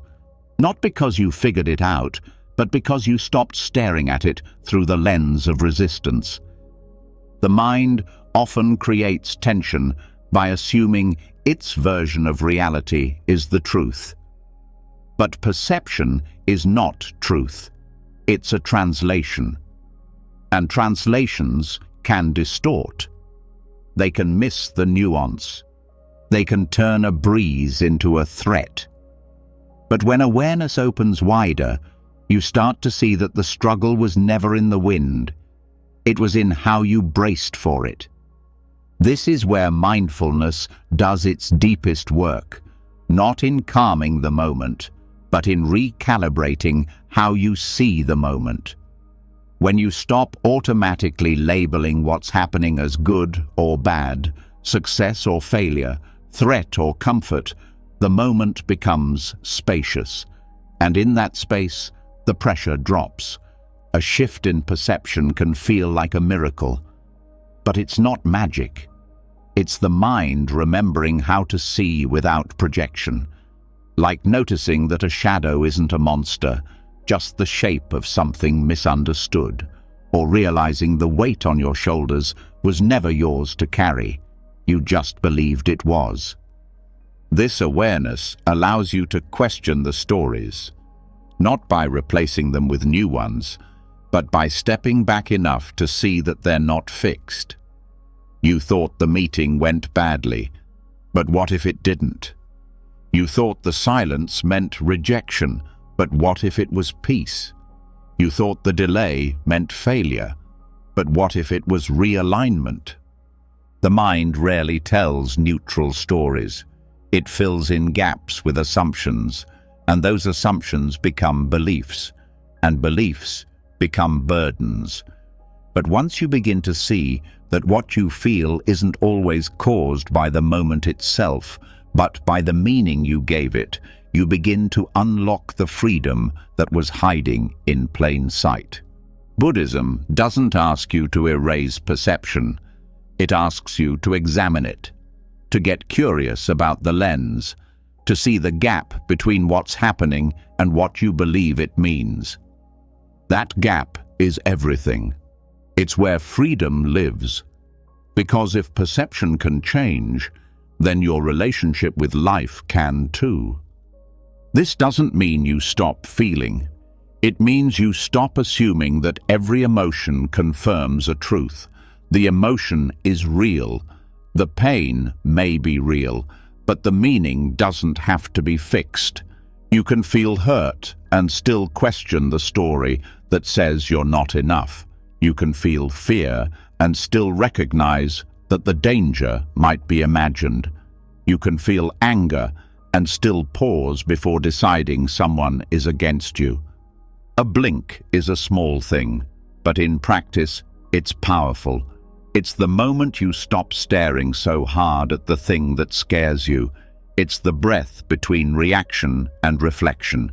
It's the decision to soften your view long enough to consider that maybe, just maybe, you're seeing the situation through a filter you didn't choose. And that filter is often made of old pain, old defenses, old definitions of worth. It clouds the present with echoes of the past. But perception can be updated, not forcefully, not by erasing what you see, but by noticing how you see and letting the seeing expand. This is why meditation can be transformative. Not because it gives you new information, but because it gives you new eyes. Eyes that stop scanning for what's wrong. Eyes that notice the tension in your jaw and don't make it a story. Eyes that see the sadness and hold it without needing it to mean catastrophe. The burden begins to dissolve not because it becomes lighter, but because it no longer has your identity wrapped around it. You stop being the one who must carry it. You become the one who sees it. And that shift from being to seeing changes everything. It also changes how you show up for others. You stop projecting your fear onto them. You stop reading their silence as rejection. You stop assuming their struggle is yours to solve. You begin to see people more clearly because your perception is no longer hijacked by your own unexamined fear. This shift doesn't mean you become passive. It means your actions become cleaner, more precise, less entangled. You don't need to control what someone thinks of you if you no longer believe your worth depends on it. You don't need to defend every choice if you trust the clarity behind it. You don't need to be seen a certain way if your self-view is no longer built on fragile narratives. What was once a burden begins to fade, not because life changed, but because you stopped gripping your own version of it so tightly. So, tonight, let your awareness widen. Let your gaze soften, not just outwardly, but inwardly too. Notice where you've been staring at a problem without blinking, where the mind has been frozen in its version of what's wrong, and gently blink. Let the muscles of perception relax. Let the stories unravel. Let the meanings return to silence. Say to yourself, I don't need to control what I can see differently. I can meet this moment without believing everything my mind tells me about it. And in that soft shift, the burden begins to dissolve. And once the burden has been seen for what it is, an illusion held in the grip of perception, you begin to understand that most of the pressure you felt was not coming from the world, but from the way you thought you had to move through it, the way you believed strength had to look, direct, defiant, unbending. But the mind, when it softens, reveals a deeper kind of strength, not in confrontation, not in proving, but in adapting without losing who you are. This is the quiet wisdom of the river, the current that does not argue with the rock. It flows around it, and in doing so, it shapes the world without ever needing to resist it. The Buddhist path teaches that force is rarely the most skillful response. Even when faced with opposition, with difficulty, with misunderstanding, the Dharma invites something else: flexibility. This doesn't mean weakness, it means precision. It means knowing when to stand still and when to move, when to speak and when to remain quiet, when to push and when to yield. And this yield is not surrender to defeat, it is surrender to wisdom.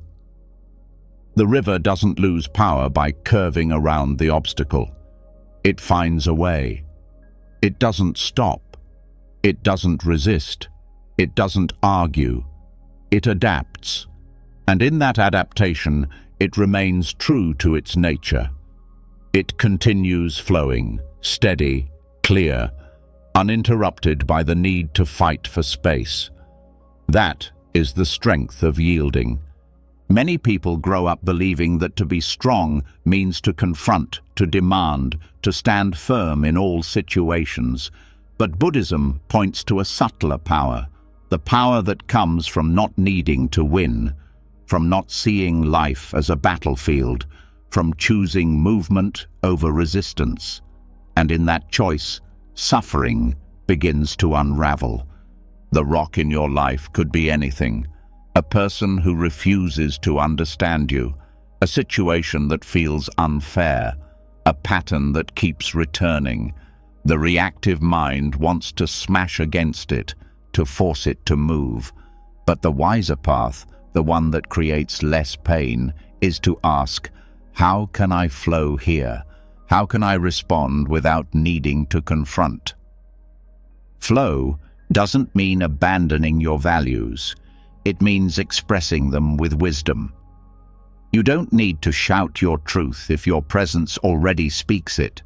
You don't need to overpower someone to protect your peace. You protect it by not handing it over in the first place. This is the difference between reaction and response. Reaction is immediate, tense, usually rooted in ego. It wants to win, to defend, but response is spacious. It listens, it watches, it waits until it sees the clearest path. And often that path is not through the obstacle, but around it. The river doesn't waste energy trying to move what cannot be moved. It moves itself. It trusts its direction more than it fears the block. That is not weakness. That is mastery. The understanding that adaptation is not compromise, it's wisdom in motion. This also applies internally. The rocks inside you, those hard places, those habits of mind, those emotional triggers, you don't need to confront all of them at once. You don't need to break yourself apart to become whole.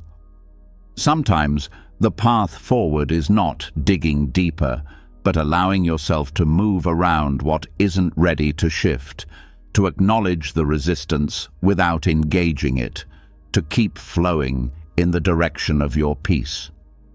Adaptation, in this way, becomes a sacred act. It means you are listening to life instead of fighting it. You are no longer forcing outcomes, but moving with what arises. That doesn't mean giving up. It means being wise with your effort, using your energy where it matters, not trying to change what isn't yours to control.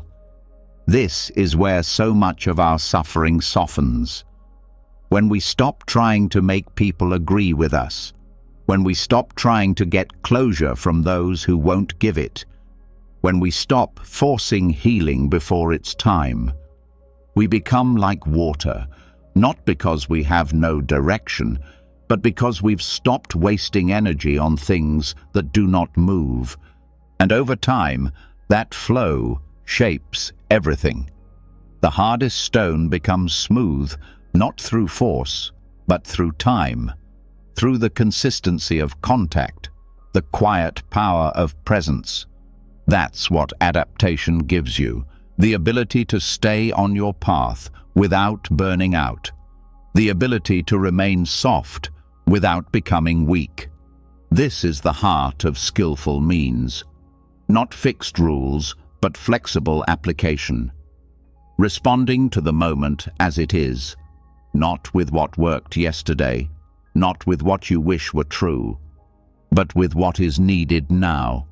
That requires presence, attention, humility, and the courage to move differently.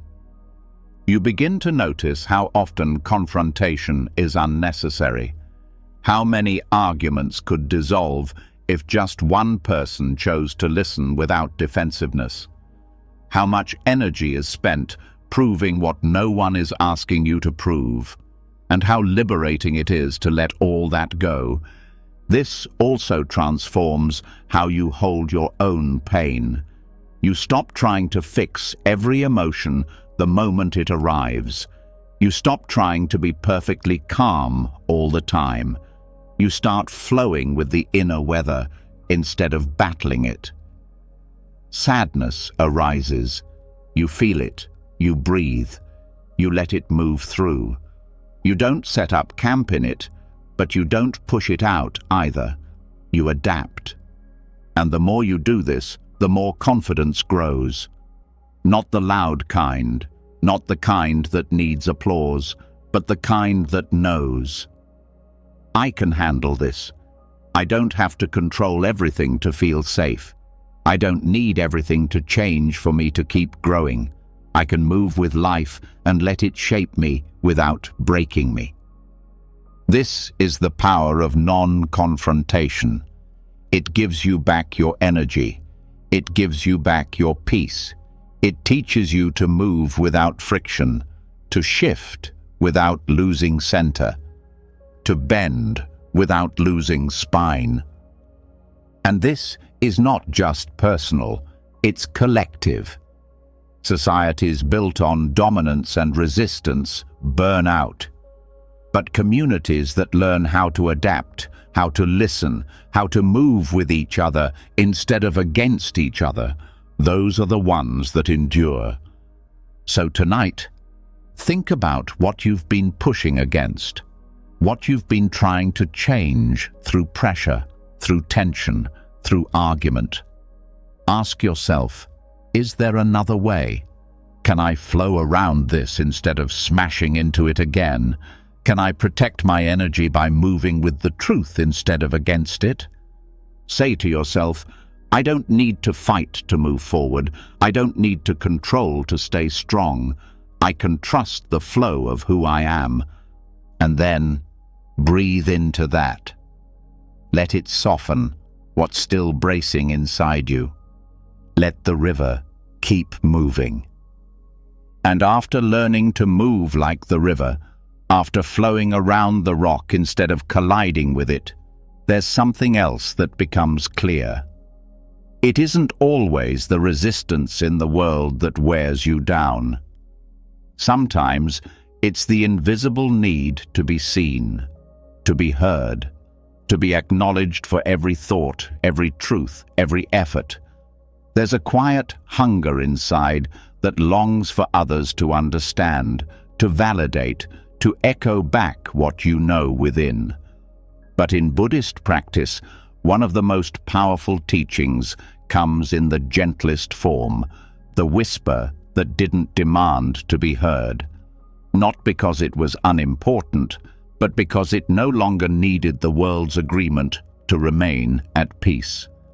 This kind of silence is not suppression. It's not fear. It's not apathy. It's clarity. The understanding that truth doesn't gain value when others confirm it. That inner knowing doesn't become stronger through external echo. It becomes more stable when you stop needing anything from it. When it can speak softly inside you and remain enough. This lesson is often the hardest for the heart, especially for those who have spent a lifetime trying to prove themselves, who have shaped their voice to match the room, who have learned to speak louder when they feel invisible. But the Dharma shows another way, the way of silence that is not empty but complete, the way of power that doesn't push, doesn't argue, doesn't plead, the power that simply exists. This isn't about isolating yourself. It's about letting go of the craving for external reflection. Not because others don't matter, but because their understanding is not your oxygen. You begin to see how much energy is lost in trying to be understood by everyone. How many words are spent not out of sharing, but out of insecurity. And how quiet life becomes when you no longer chase after someone else's agreement. There is a deep strength in this, a freedom that comes when you realize you don't have to explain your every feeling, when your emotions don't need to be justified in someone else's language, when your boundaries don't need to be defended with long speeches. They simply are, and that's enough. The whisper is the moment when truth no longer needs an audience. It's not hidden. It's just not broadcast. It's sacred, not secret. It lives where clarity lives, in the space between the noise. And when you learn to stay with that whisper without trying to amplify it, you begin to feel something shift. The ego quiets. The soul settles. Silence becomes a teacher here. Not the silence of avoidance, but the silence of grounded presence. The kind of silence that listens more than it speaks. That notices without reacting. That sees the drama unfold and doesn't rush to join it. That holds space without trying to control it. You begin to notice how much of your communication was rooted in fear. Fear of being misunderstood. Fear of being dismissed. Fear of not being heard. And as that fear softens, your words become fewer, but heavier. Not because they carry weight, but because they no longer need to prove anything. This also shifts how you move through conflict. You stop needing the last word. You stop explaining to people who aren't listening. You stop pouring your truth into places that only echo back confusion. Instead, you allow silence to do its work. You let time teach what urgency cannot. There is a dignity in not defending yourself, in not forcing people to see your side, in allowing misunderstandings to float without needing to chase after them. That doesn't mean you allow disrespect, but it means you no longer tie your peace to someone else's perception of you. And this changes how you relate to your own inner world. You begin to sit with your thoughts without narrating them. You let feelings come and go without needing to tell a story around each one. You rest in the knowing that not every truth needs to be shared to be real. In meditation, this is why the silence matters so much. Not just the outer silence, but the inner one. The moment when you stop trying to organize your mind and simply let it be. Not controlling the thoughts, not suppressing them, just observing without needing to respond. And in that stillness, something else begins to emerge. Not a solution, but a deeper presence. This is what the whisper teaches. That presence is enough. That truth can live inside you without having to announce itself. That the deepest clarity often arrives when you stop talking long enough to feel it fully. And this doesn't make you invisible. It makes you rooted. People feel this difference. They feel when your peace doesn't depend on their approval. They feel when your silence holds substance, not avoidance. And often they lean in, not to fill the silence, but to understand it. You also begin to notice how much space opens up when you stop needing to narrate your life. How many moments become more vivid when you're not busy explaining them. How relationships deepen when you're not always trying to manage how you're perceived. This is not the silence of giving up. It's the silence of letting go, of realizing that not every truth needs to be argued into acceptance. Some truths become stronger when left alone, like fire that doesn't rage but smolders, steady, quiet, unstoppable. And in this quiet, you find yourself again, not the self you present to be accepted, but the self that exists beneath all performance, the one that doesn't need to be heard to feel whole, the one that no longer shouts because it finally feels safe to speak softly or not at all. So tonight, if there's something inside you that no one understands, let it be. Don't rush to explain. Don't demand to be seen. Just stay with it. Hold it like a whisper. Let it live inside you without needing to echo outside you. Say to yourself, I do not need to be understood to be at peace. My truth does not require volume. My clarity is not fragile. And then rest in that. Let the silence deepen. And when the whisper no longer needs to be heard, when truth rests inside you without seeking echo or explanation, something deeper begins to unravel. Not from outside pressure, not from the world changing, but from the inside loosening. You start to feel a tension that's been there for years begin to weaken. The grip that held you in place wasn't always visible, but it was always there. And now, with silence as your teacher and presence as your strength, you begin to see it clearly for what it is. Control. The rope that once seemed like safety, purpose, even identity, now revealing itself as the very thing that's kept you bound. Control is a quiet captor. It disguises itself as responsibility, as planning, as order. It offers the illusion of power, promising stability in an uncertain world. But beneath that promise is a tightening, a weight, a constant pressure to hold everything together. And over time, that pressure doesn't create freedom. It creates fatigue. It creates fear. It turns life into something that must be managed, fixed, and controlled rather than experienced and trusted. In Buddhist teachings, this is the root of clinging, not just to possessions or people, but to the belief that if we let go, we'll fall apart, that if we don't pull the rope tighter, everything will unravel. But the irony is, the rope was never keeping us safe. It was keeping us stuck. Every time we try to control how others see us, we tighten that rope.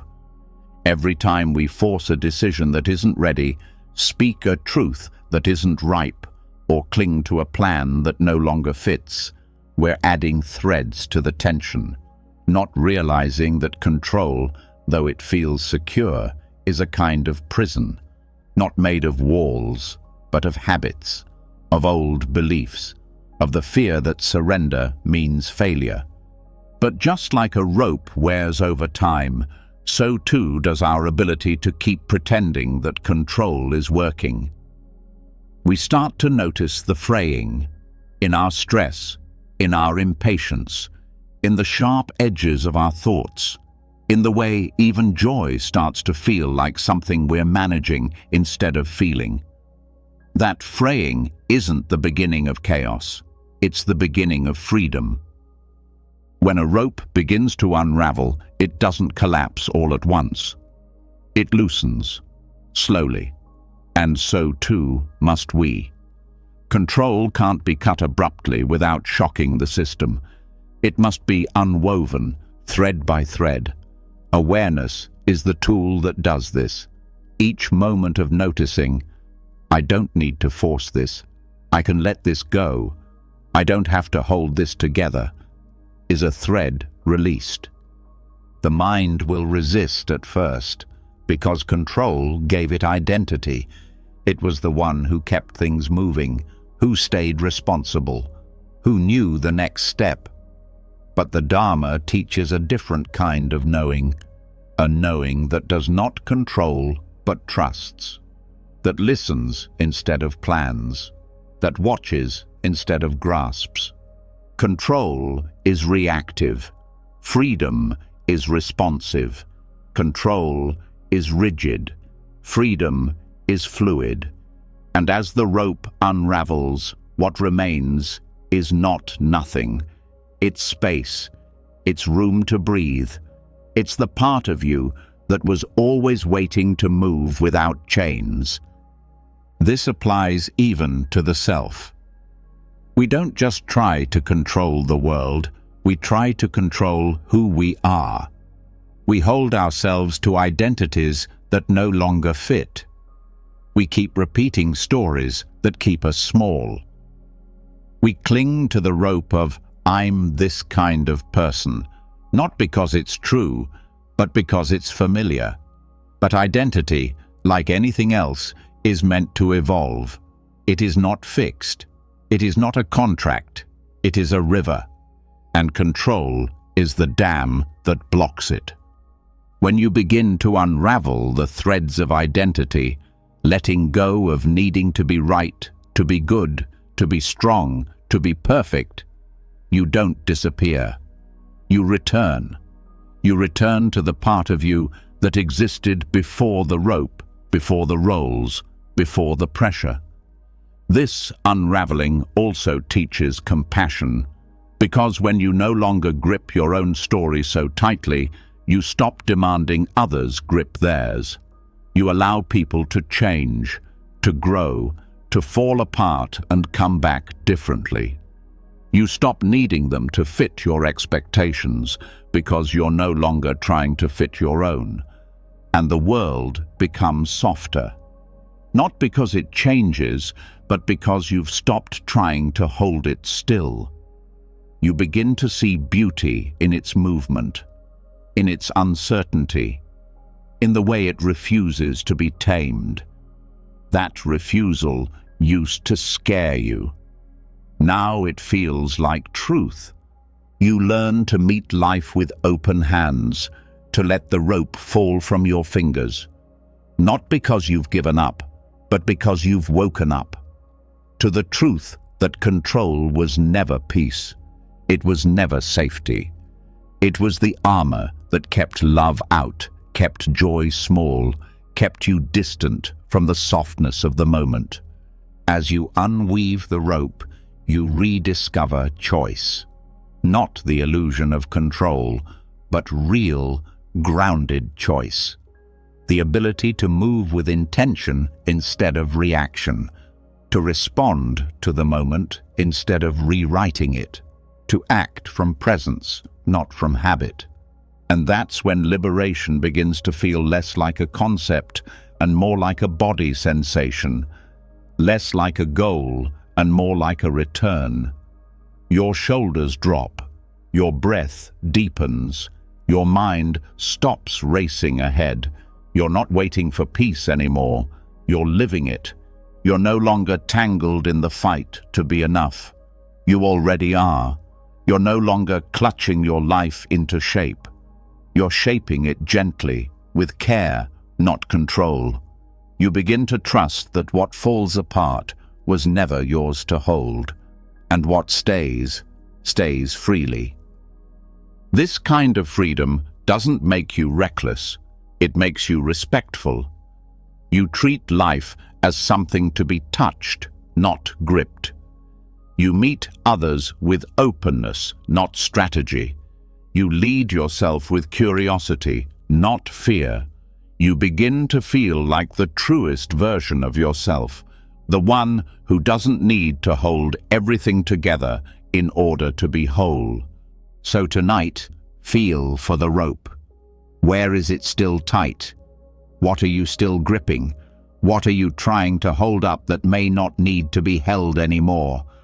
Don't force it loose. Just breathe. Look at it. Let it speak. Say to yourself, I do not need to bind myself to be safe. I do not need to grip to be worthy. I can let this thread fall, and I will still be here. And then let the next thread fall, and the next, until what remains is not a rope, but a truth. You were never the knot. You were always the space around it. And once the rope has fallen away, once the grip has loosened and the threads of control have unraveled, what you're left holding isn't tension anymore. It's space. But in that space, a question rises that's quieter and more unsettling than the rest. If I am not the one who held it all together, who am I? If I'm not the person bound to the image I've spent so long protecting, then what remains? That question is the doorway to one of the most profound Buddhist truths, that the self we work so hard to define, manage, and protect might not be what we think, that it might be more mirror than substance, something that reflects what passes through, but never holds on to it. And this is where the mirror that refused to hold the reflection becomes your teacher. In Buddhism, this teaching is called anatta, no self. It does not mean you do not exist. It means the fixed identity you keep trying to maintain is not what you truly are. The voice in your head saying, "This is me," the image you present to the world, the personality traits you think define you, all of that is in constant motion. And yet we suffer when we try to freeze those images, when we try to hold the reflection still. The mirror shows what's there, but it doesn't cling to it. It reflects, but it doesn't absorb. And when you begin to see yourself like this, something inside you begins to soften.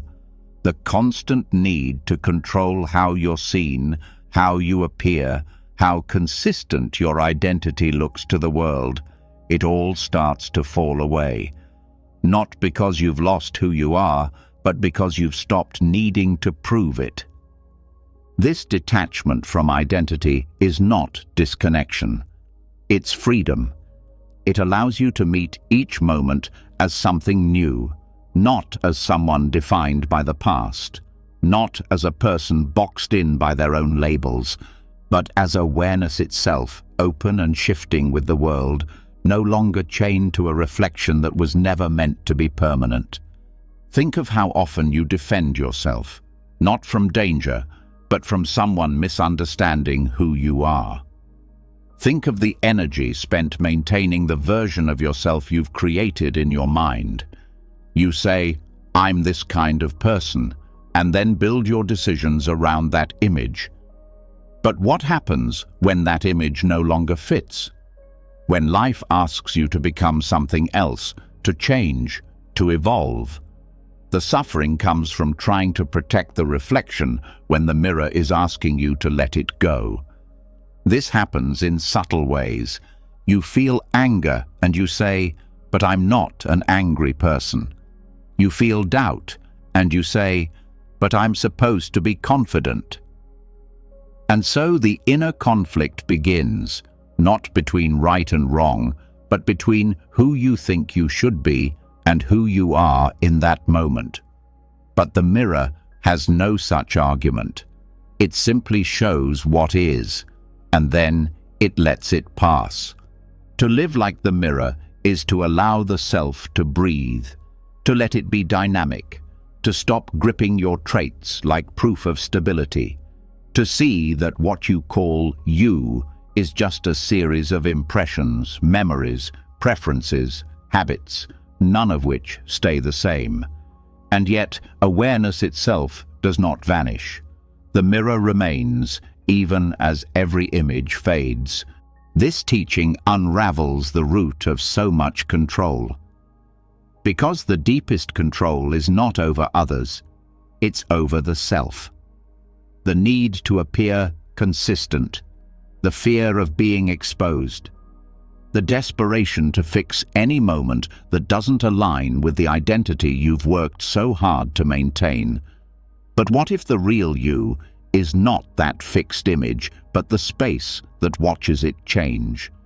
This is why meditation can feel unsettling at first, because when you sit long enough, the personality begins to dissolve, the thoughts quiet, the roles fade, and you start to see that behind it all is just presence, empty, clear, alert, not a void, but not a person either, just awareness, open to everything, attached to nothing. From that space, compassion flows more easily, because you no longer need to prove anything. You no longer feel separate from others. You see that just as you are not fixed, neither are they. Their anger is not who they are. Their words are not their core. You stop taking everything personally because there's no fixed person to protect. You also stop chasing validation, because who is it that needs to be validated if the self is only a reflection? The image, the role, the opinion. When you realize none of those are permanent, the urgency drops.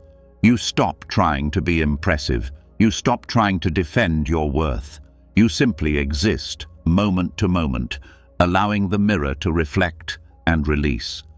This awareness also dissolves shame, because shame is often the result of believing that one moment defines you, that one mistake becomes your identity. But when you see the self as fluid, that moment loses its power. It becomes something that passed through, not something that stuck. And you're left with the truth. You are not your reflection. You are the clarity that sees it come and go. And what about goals, purpose, growth? They still matter, but they're no longer tied to ego. You grow because it feels right, not because you need to become someone more acceptable. You aim higher because it serves life, not because it fixes a broken image. Your path becomes more honest, more responsive, less burdened by who you're trying to become, and more rooted in what's true right now. Relationships change too. You stop expecting people to reflect back the image you want to see. You give them space to change, just as you're learning to do for yourself. You begin to love people for their essence, not for how well they mirror you. And in return, you stop feeling the need to shrink or bend to reflect what they expect. This all begins with the smallest awareness. The moment you catch yourself saying, "This isn't me," and instead of defending that image, you pause. You ask, "Who is me right now?" You let the answer change. And in that flexibility, peace enters. The control drops. The identity loosens. The mirror clears. So tonight, let the reflection go. Don't fight to hold it in place. Don't panic as it shifts. Just notice it. See how it moves. See how it dissolves. And then return, not to the image, but to the space behind it. Say to yourself, "I am not what I see. I am the one who sees. I am not the reflection. I am the mirror." And in that space, feel the freedom. Feel the relief of no longer needing to hold anything still. And when the mirror no longer holds the reflection, when identity is no longer a fixed shape but a passing image, what arises next is the energy that was trapped inside that shape. The emotions that once had to fit the mold, the anger that had to be hidden, the sadness that had to be justified, the passion that had to be managed. Now, without the rigid structure of "this is who I must be," those emotions have space. But space alone is not enough. What you do with that space matters, because emotional energy doesn't need to be extinguished. It needs to be transformed. Like fire that warms without burning, This is the art of letting go, not by suppression, but through redirection. Emotions are not enemies. They are messengers. But when you try to control them, when you suppress them in order to protect your image or to avoid discomfort, they don't disappear. They go underground. They seep into the body. They rise in unexpected moments. They turn into anxiety, irritation, fatigue, not because they are dangerous, but because they have been denied the chance to move. Fire becomes destructive when trapped, but when given space, it gives light. It provides heat. It becomes useful. The Buddhist path does not ask you to be emotionless. It asks you to be intimate with what arises, to be aware of the sensations, the pull, the energy behind each emotion, not to act on it blindly and not to bury it, but to witness it fully. That witnessing changes everything. Because the moment you stop trying to fight the fire or run from it, you learn how to tend it. Like a monk tending the flame at a shrine, not out of fear, but out of reverence. Take anger, for example. It's not wrong, it's not weakness. It often carries valuable information about boundaries, about injustice, about care. But when it becomes entangled with ego, when it becomes an identity or a weapon, it burns everything. The practice isn't to kill the anger, it's to sit with it long enough to hear what it's trying to say, and then to decide with clarity how to use that energy. Maybe it becomes a boundary, maybe it becomes a conversation, maybe it becomes action, but it's no longer fire thrown wildly, it's heat directed wisely. The same is true for grief. When grief is resisted, it becomes heaviness. When it's hidden, it becomes numbness. But when it's allowed to move, when it's felt without shame, it opens the heart. It softens the edges. It connects you to compassion, not just for your own pain, but for the shared experience of all beings. It no longer consumes you. It warms you from the inside. It becomes fuel for empathy. Even joy can burn when it's clung to.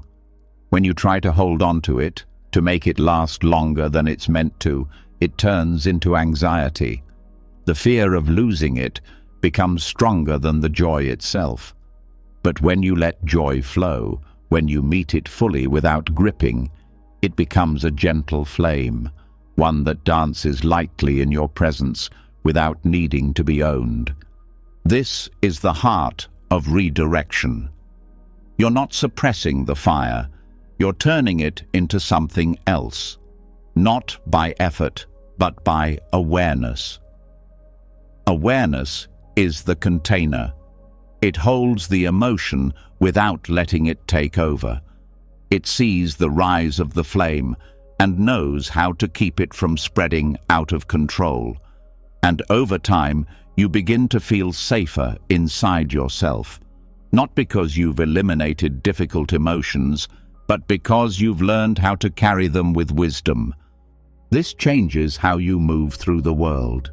You no longer explode, you no longer implode, you express. But that expression is not loud unless it needs to be. It's not silent unless silence is true. You stop being reactive and start becoming responsive. You act from clarity, not from habit. And this also means you stop fearing your emotional intensity. Some people are wired with deep emotional energy. This isn't a flaw, it's a gift. But if you try to control it, to mute it, it will turn inward. It will drain you. Instead, the path is to learn how to channel it. Like fire through a forge, it can shape steel, create tools, forge art, but only if it is tended.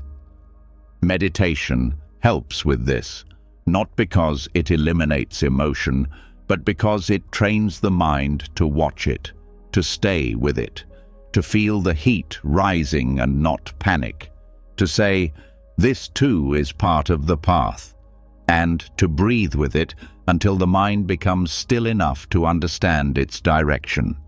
And in everyday life, this shows up in small moments. You feel irritation during a conversation. Instead of snapping, you pause. You breathe. You notice the heat. You name it softly. Frustration. You don't fight it. You don't feed it. You simply feel it. And then you choose what to say.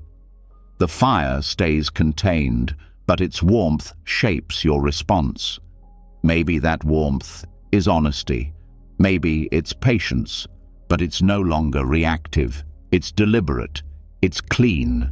This practice also brings forgiveness, because when you learn to hold your own emotional storms without judgment, you begin to hold others with the same compassion. You see that everyone is carrying their own fire. Some are burning quietly, others are consumed. And your job is not to extinguish their flame. It's to be steady in your own, to be a safe presence, a warm light, a reminder that intensity doesn't have to mean destruction. Even when emotions are overwhelming, the teaching remains the same. Stay. Don't fix right away. Don't label. Don't escape. Just stay. Let the energy move. Let it speak. And when it softens, and it always softens, you'll find something new beneath it. A message, a truth, a clarity. And then you act, not from the heat, but from the wisdom that rose through it. This is how emotional energy becomes sacred, not by avoiding it, not by drowning in it, but by learning how to carry it with presence. Fire becomes warmth, anger becomes clarity, grief becomes compassion, joy becomes gratitude, and you become the one who holds it all, not with fear, but with reverence. So tonight, feel what's rising in you. Not to control it, not to suppress it, but to see it clearly. Let the fire burn, not to destroy, but to illuminate. Let it show you what needs attention, what needs love, what needs space. Say to yourself, "I do not need to put out the fire. I only need to stay close enough to understand it. My emotions are not the enemy. They are energy, waiting to be guided." And then breathe.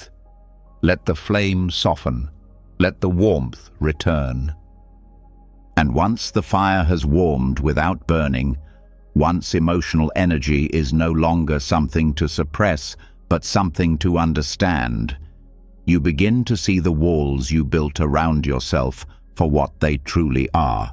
Not strength, not safety, but tension, the invisible pressure of always trying to shield your inner world from unpredictability. All those guarded decisions, all those careful calculations, the mental effort it takes to close every door to uncertainty. It feels like protection, but it's exhaustion. And now, a new question rises from that heat.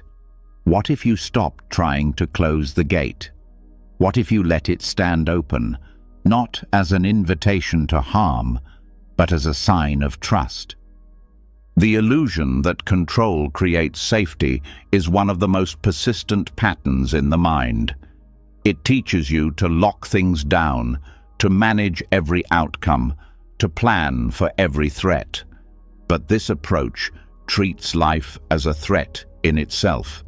It assumes the world is hostile and you are alone. And over time, the gate you close to protect yourself starts keeping peace out as well, not just pain. Buddhist practice asks something radical. It asks you to stop defending and start noticing, to stop reacting to fear and begin understanding its source. Because fear doesn't come from what might happen. It comes from believing you can't meet it if it does, and so the gate stays closed, tightly, rigidly, silently. But real strength is not in how many locks you fasten. It's in the willingness to open, not recklessly, not naively, but with awareness, with full presence, the kind of openness that says, I will not try to manage every variable. I will not organize my life into a fortress. I will meet what comes, and I will trust what stays. This shift feels strange at first, because we've been taught that control equals power, that caution equals wisdom, that planning every outcome is the smart thing to do. But what if that control is what's keeping life from reaching you? What if caution has turned into hesitation and planning into paralysis? The gate that stands open is not weak. It is deeply rooted in clarity. It is the result of seeing that your inner peace is not at risk just because the world is unpredictable, that your heart does not need to be behind walls to remain safe. That openness can be the foundation of the strongest kind of presence. Openness allows life to move freely. It makes space for connection. It allows unexpected beauty. It lets in the moments that control would have missed. And it teaches you that trust is not something you wait to feel. It's something you choose to practice. Not because everything is perfect, but because you've stopped needing to brace for the worst. To open the gate doesn't mean you never say no. It means your no comes from awareness, not from fear. It means you can walk away when something doesn't feel right, but you don't do it because you're afraid of discomfort. You do it because you're aligned with what matters. Your boundaries become cleaner, not walls, but lines of clarity. This kind of strength becomes evident in small moments. When you stop over-explaining, when you stop rehearsing every conversation, when you stop editing your truth to keep others comfortable. These acts of openness require courage because they risk being misunderstood, but they also create space for something real to emerge. And with that space comes relief. The mental load of control begins to lift. The constant monitoring, adjusting, preparing, it fades. You start to see how much effort went into keeping the gate closed and how little peace it actually brought. You start to realize that most of your safety came not from control, but from presence, from knowing you can meet life without hiding from it. The open gate also transforms relationships. When you stop trying to control how others see you, how they react, how they behave, you begin to meet them as they are, not as projections of your fear. You become less reactive, less defensive, and ironically, more secure. Because you're no longer trying to manage everything, they are. You are just being. This openness is not the absence of care, it is care without panic. It's the decision to stay soft in a world that tells you to harden. It's the strength to be transparent, even when you could hide. It's the willingness to let things be what they are, rather than what you think they should be. Buddhism teaches this through the heart practices: metta, karuna, mudita, upekkha, loving kindness, compassion, sympathetic joy, equanimity. All of these require openness. You cannot love fully with a closed heart. You cannot feel joy for others while calculating your own safety. You cannot be at peace while controlling every outcome. The gate that stands open is the one that trusts itself. It doesn't fear the world because it no longer believes the world defines its worth. It doesn't hide because it no longer believes vulnerability is a threat. It knows pain may still come, but it also knows that trying to avoid it often brings more suffering than pain itself. So what happens when you open? You begin to feel, not just emotion, but aliveness. You begin to reconnect with the parts of you that had been quiet for too long. Creativity, spontaneity, play, the ability to move through life without second-guessing every step. You begin to feel the difference between living and managing, and when fear arises again, as it will, you don't shame yourself for it. You welcome it. You listen. You let it speak. But you no longer let it lock the gate. You thank it for its concern, and you move forward anyway. That is the heart of courage. Not the absence of fear, but the decision to open anyway. So tonight, ask yourself, what are you still protecting? What gate is still closed? Not because it must be, but because you forgot it could open.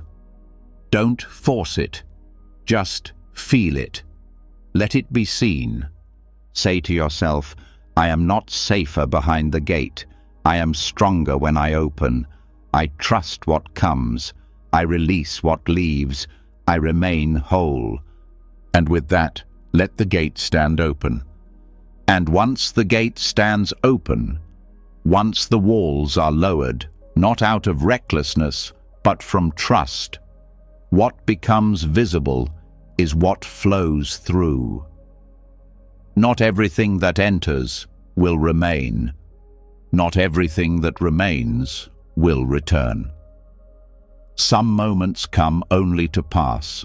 Some people arrive only to teach. Some experiences exist only to move. But the mind, still shaped by old patterns, still wants to hold.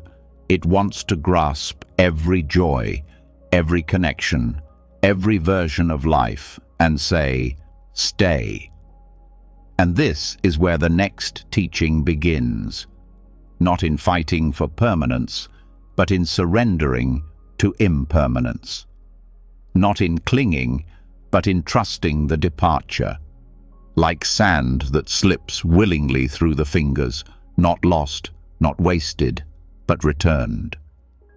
This kind of release is not passive, it's intentional. It's the recognition that what comes into your life is not meant to be owned. It's meant to be experienced. And when its time is done, letting it go is not a sign of failure, it's a sign of understanding. The Buddha taught that clinging is the root of suffering, not because loss is inherently painful, but because resistance to loss multiplies the pain. We suffer not only when things end, but when we demand they last forever. We grieve not just the change, but our inability to stop it. But nothing truly stays, not in the way we want it to.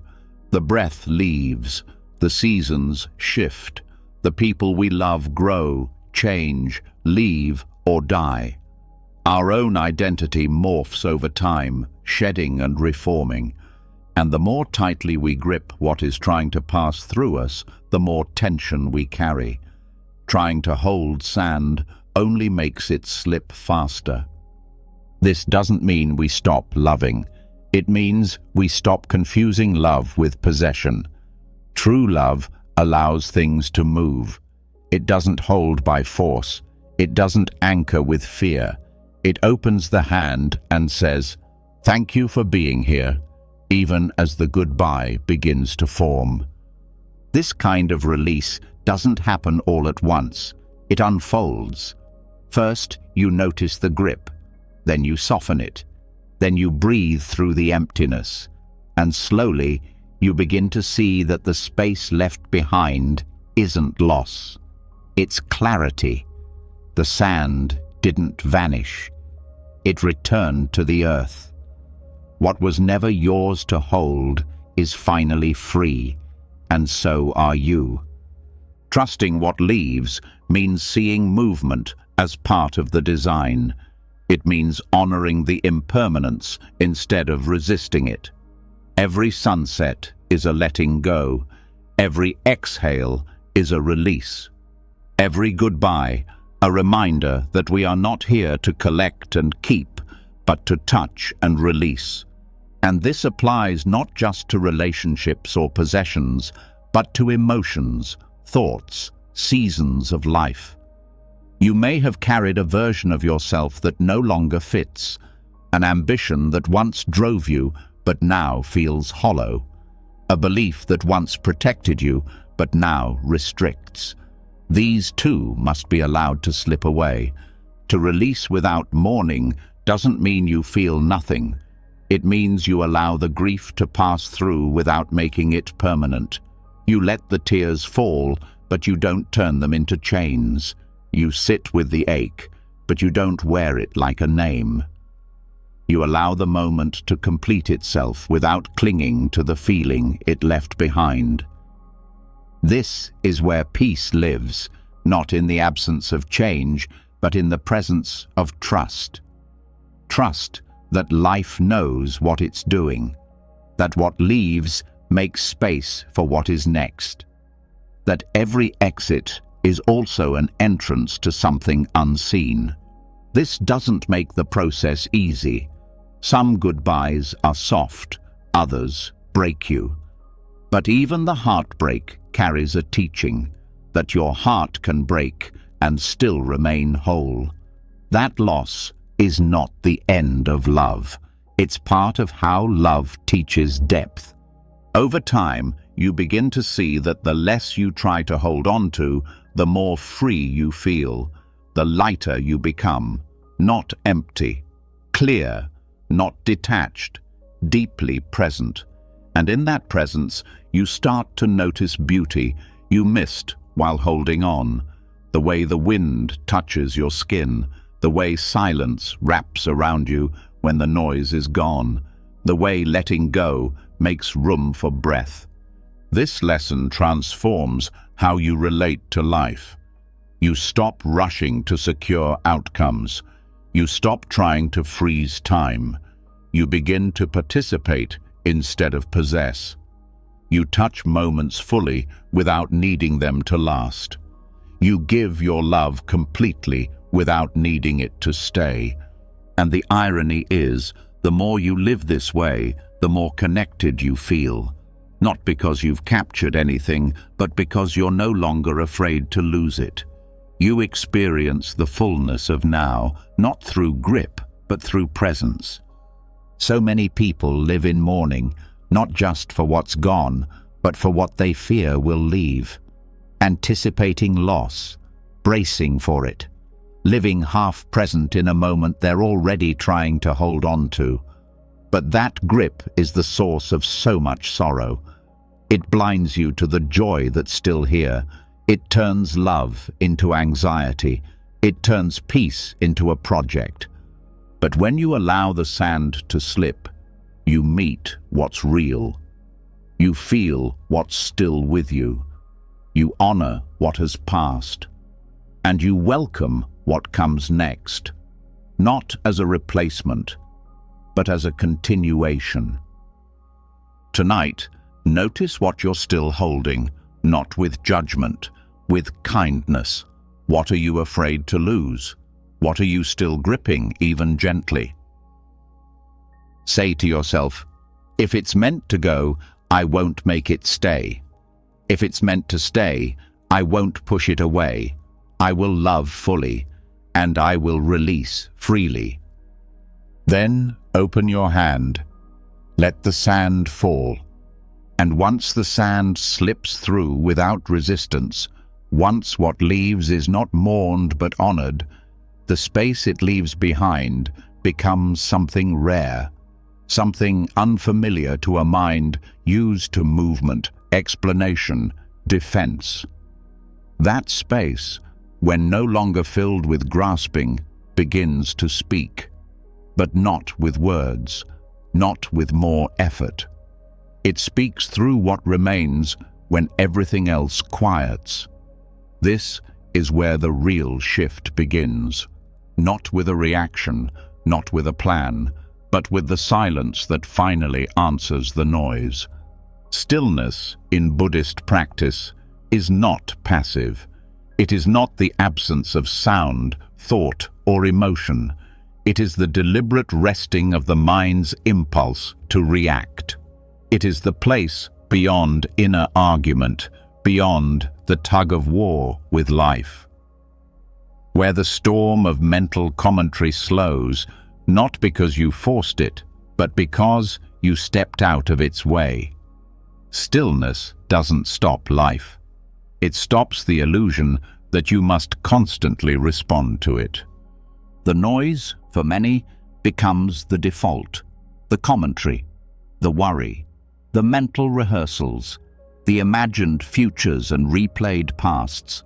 The mind builds walls of sound, and in the middle of it all, we believe we are those sounds, that we are the fear, the anger, the planning, the memory. But Buddhist practice teaches that we are not the noise. We are the awareness that notices it, and that awareness becomes strongest in silence.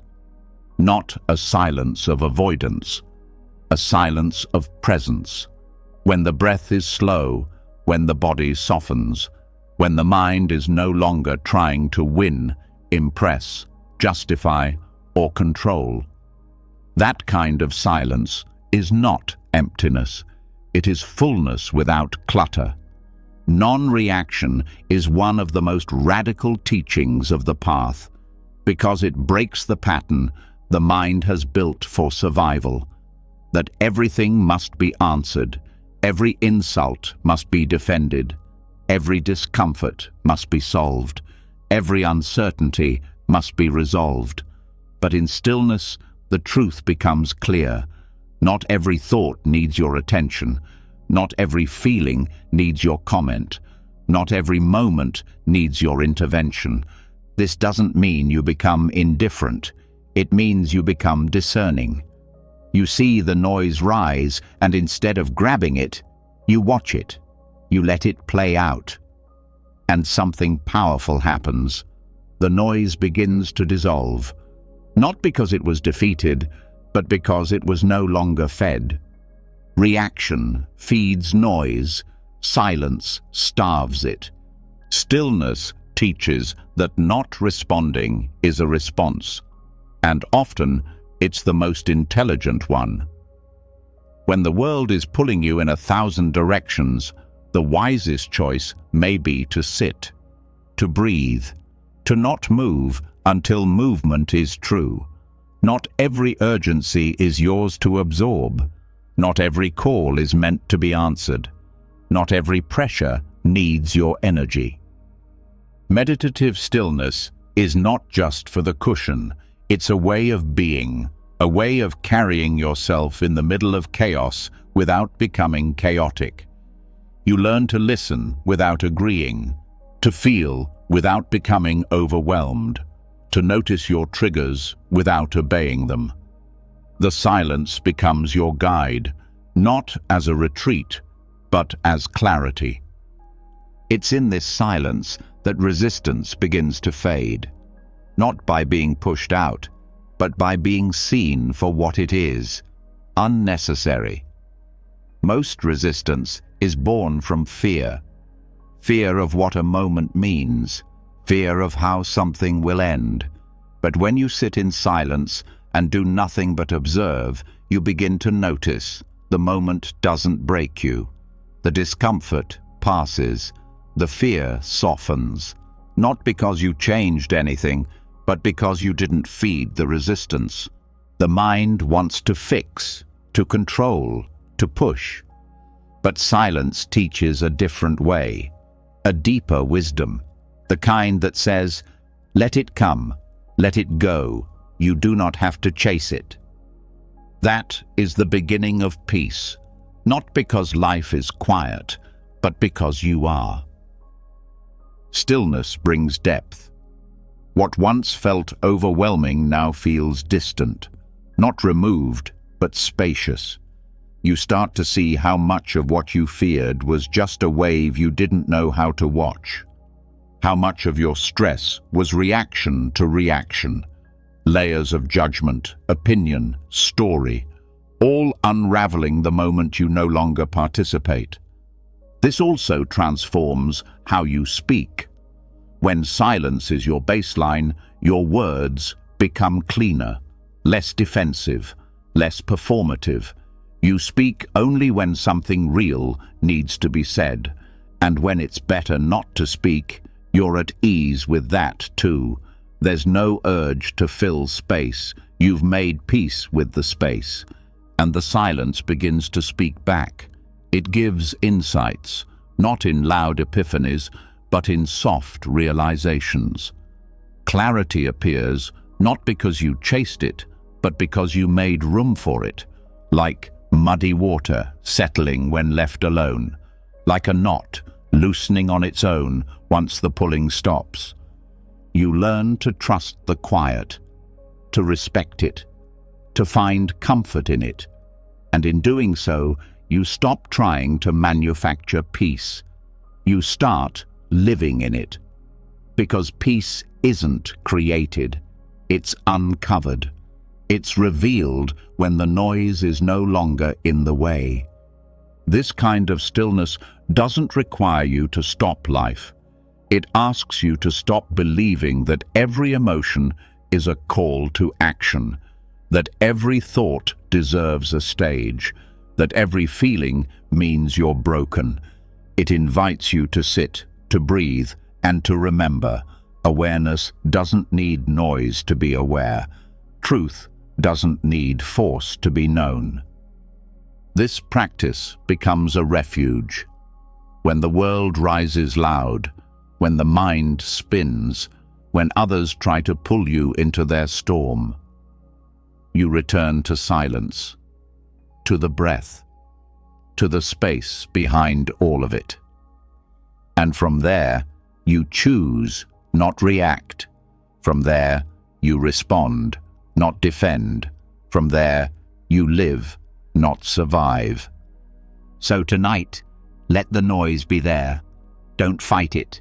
Don't fix it. Don't follow it. Let it rise. Let it pass.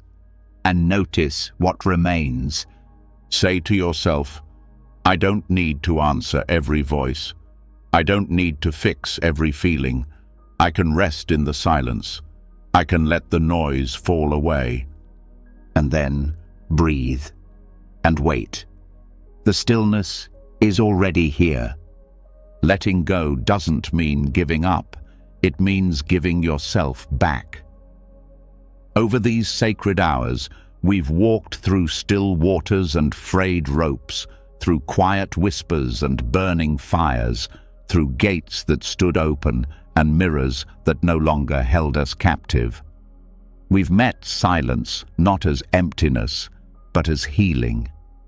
And what we've uncovered through each breath, each image, each surrender is something deeper than control, something softer and more powerful. Freedom. The freedom to not chase what's fading. The freedom to be still while the world spins. The freedom to stop holding your breath, waiting for things to go your way. You've seen now that what slips away makes room. That silence answers what noise never could. That peace isn't won, it's revealed the moment you stop trying to manage what was never yours. So, as you drift into sleep tonight, carry this with you. Not everything must be understood. Not everything must be fixed. And nothing, absolutely nothing, needs to be held tighter in order for you to be whole. You were already enough before the grasping began, and you are even more so now with open hands. If something in these teachings touched you tonight, if a single phrase helped you breathe easier or release a little more, share it in the comments below. Let someone else know what whispered to your heart. Because what we release alone, we often confirm together. And if this kind of peace is something you want more of in your life, make sure to subscribe and tap the bell so you never miss the next step on this path. Let these teachings meet you again and again whenever you need them most. You've done enough for now. Let go, rest deeply, and let the Dharma carry you through the night.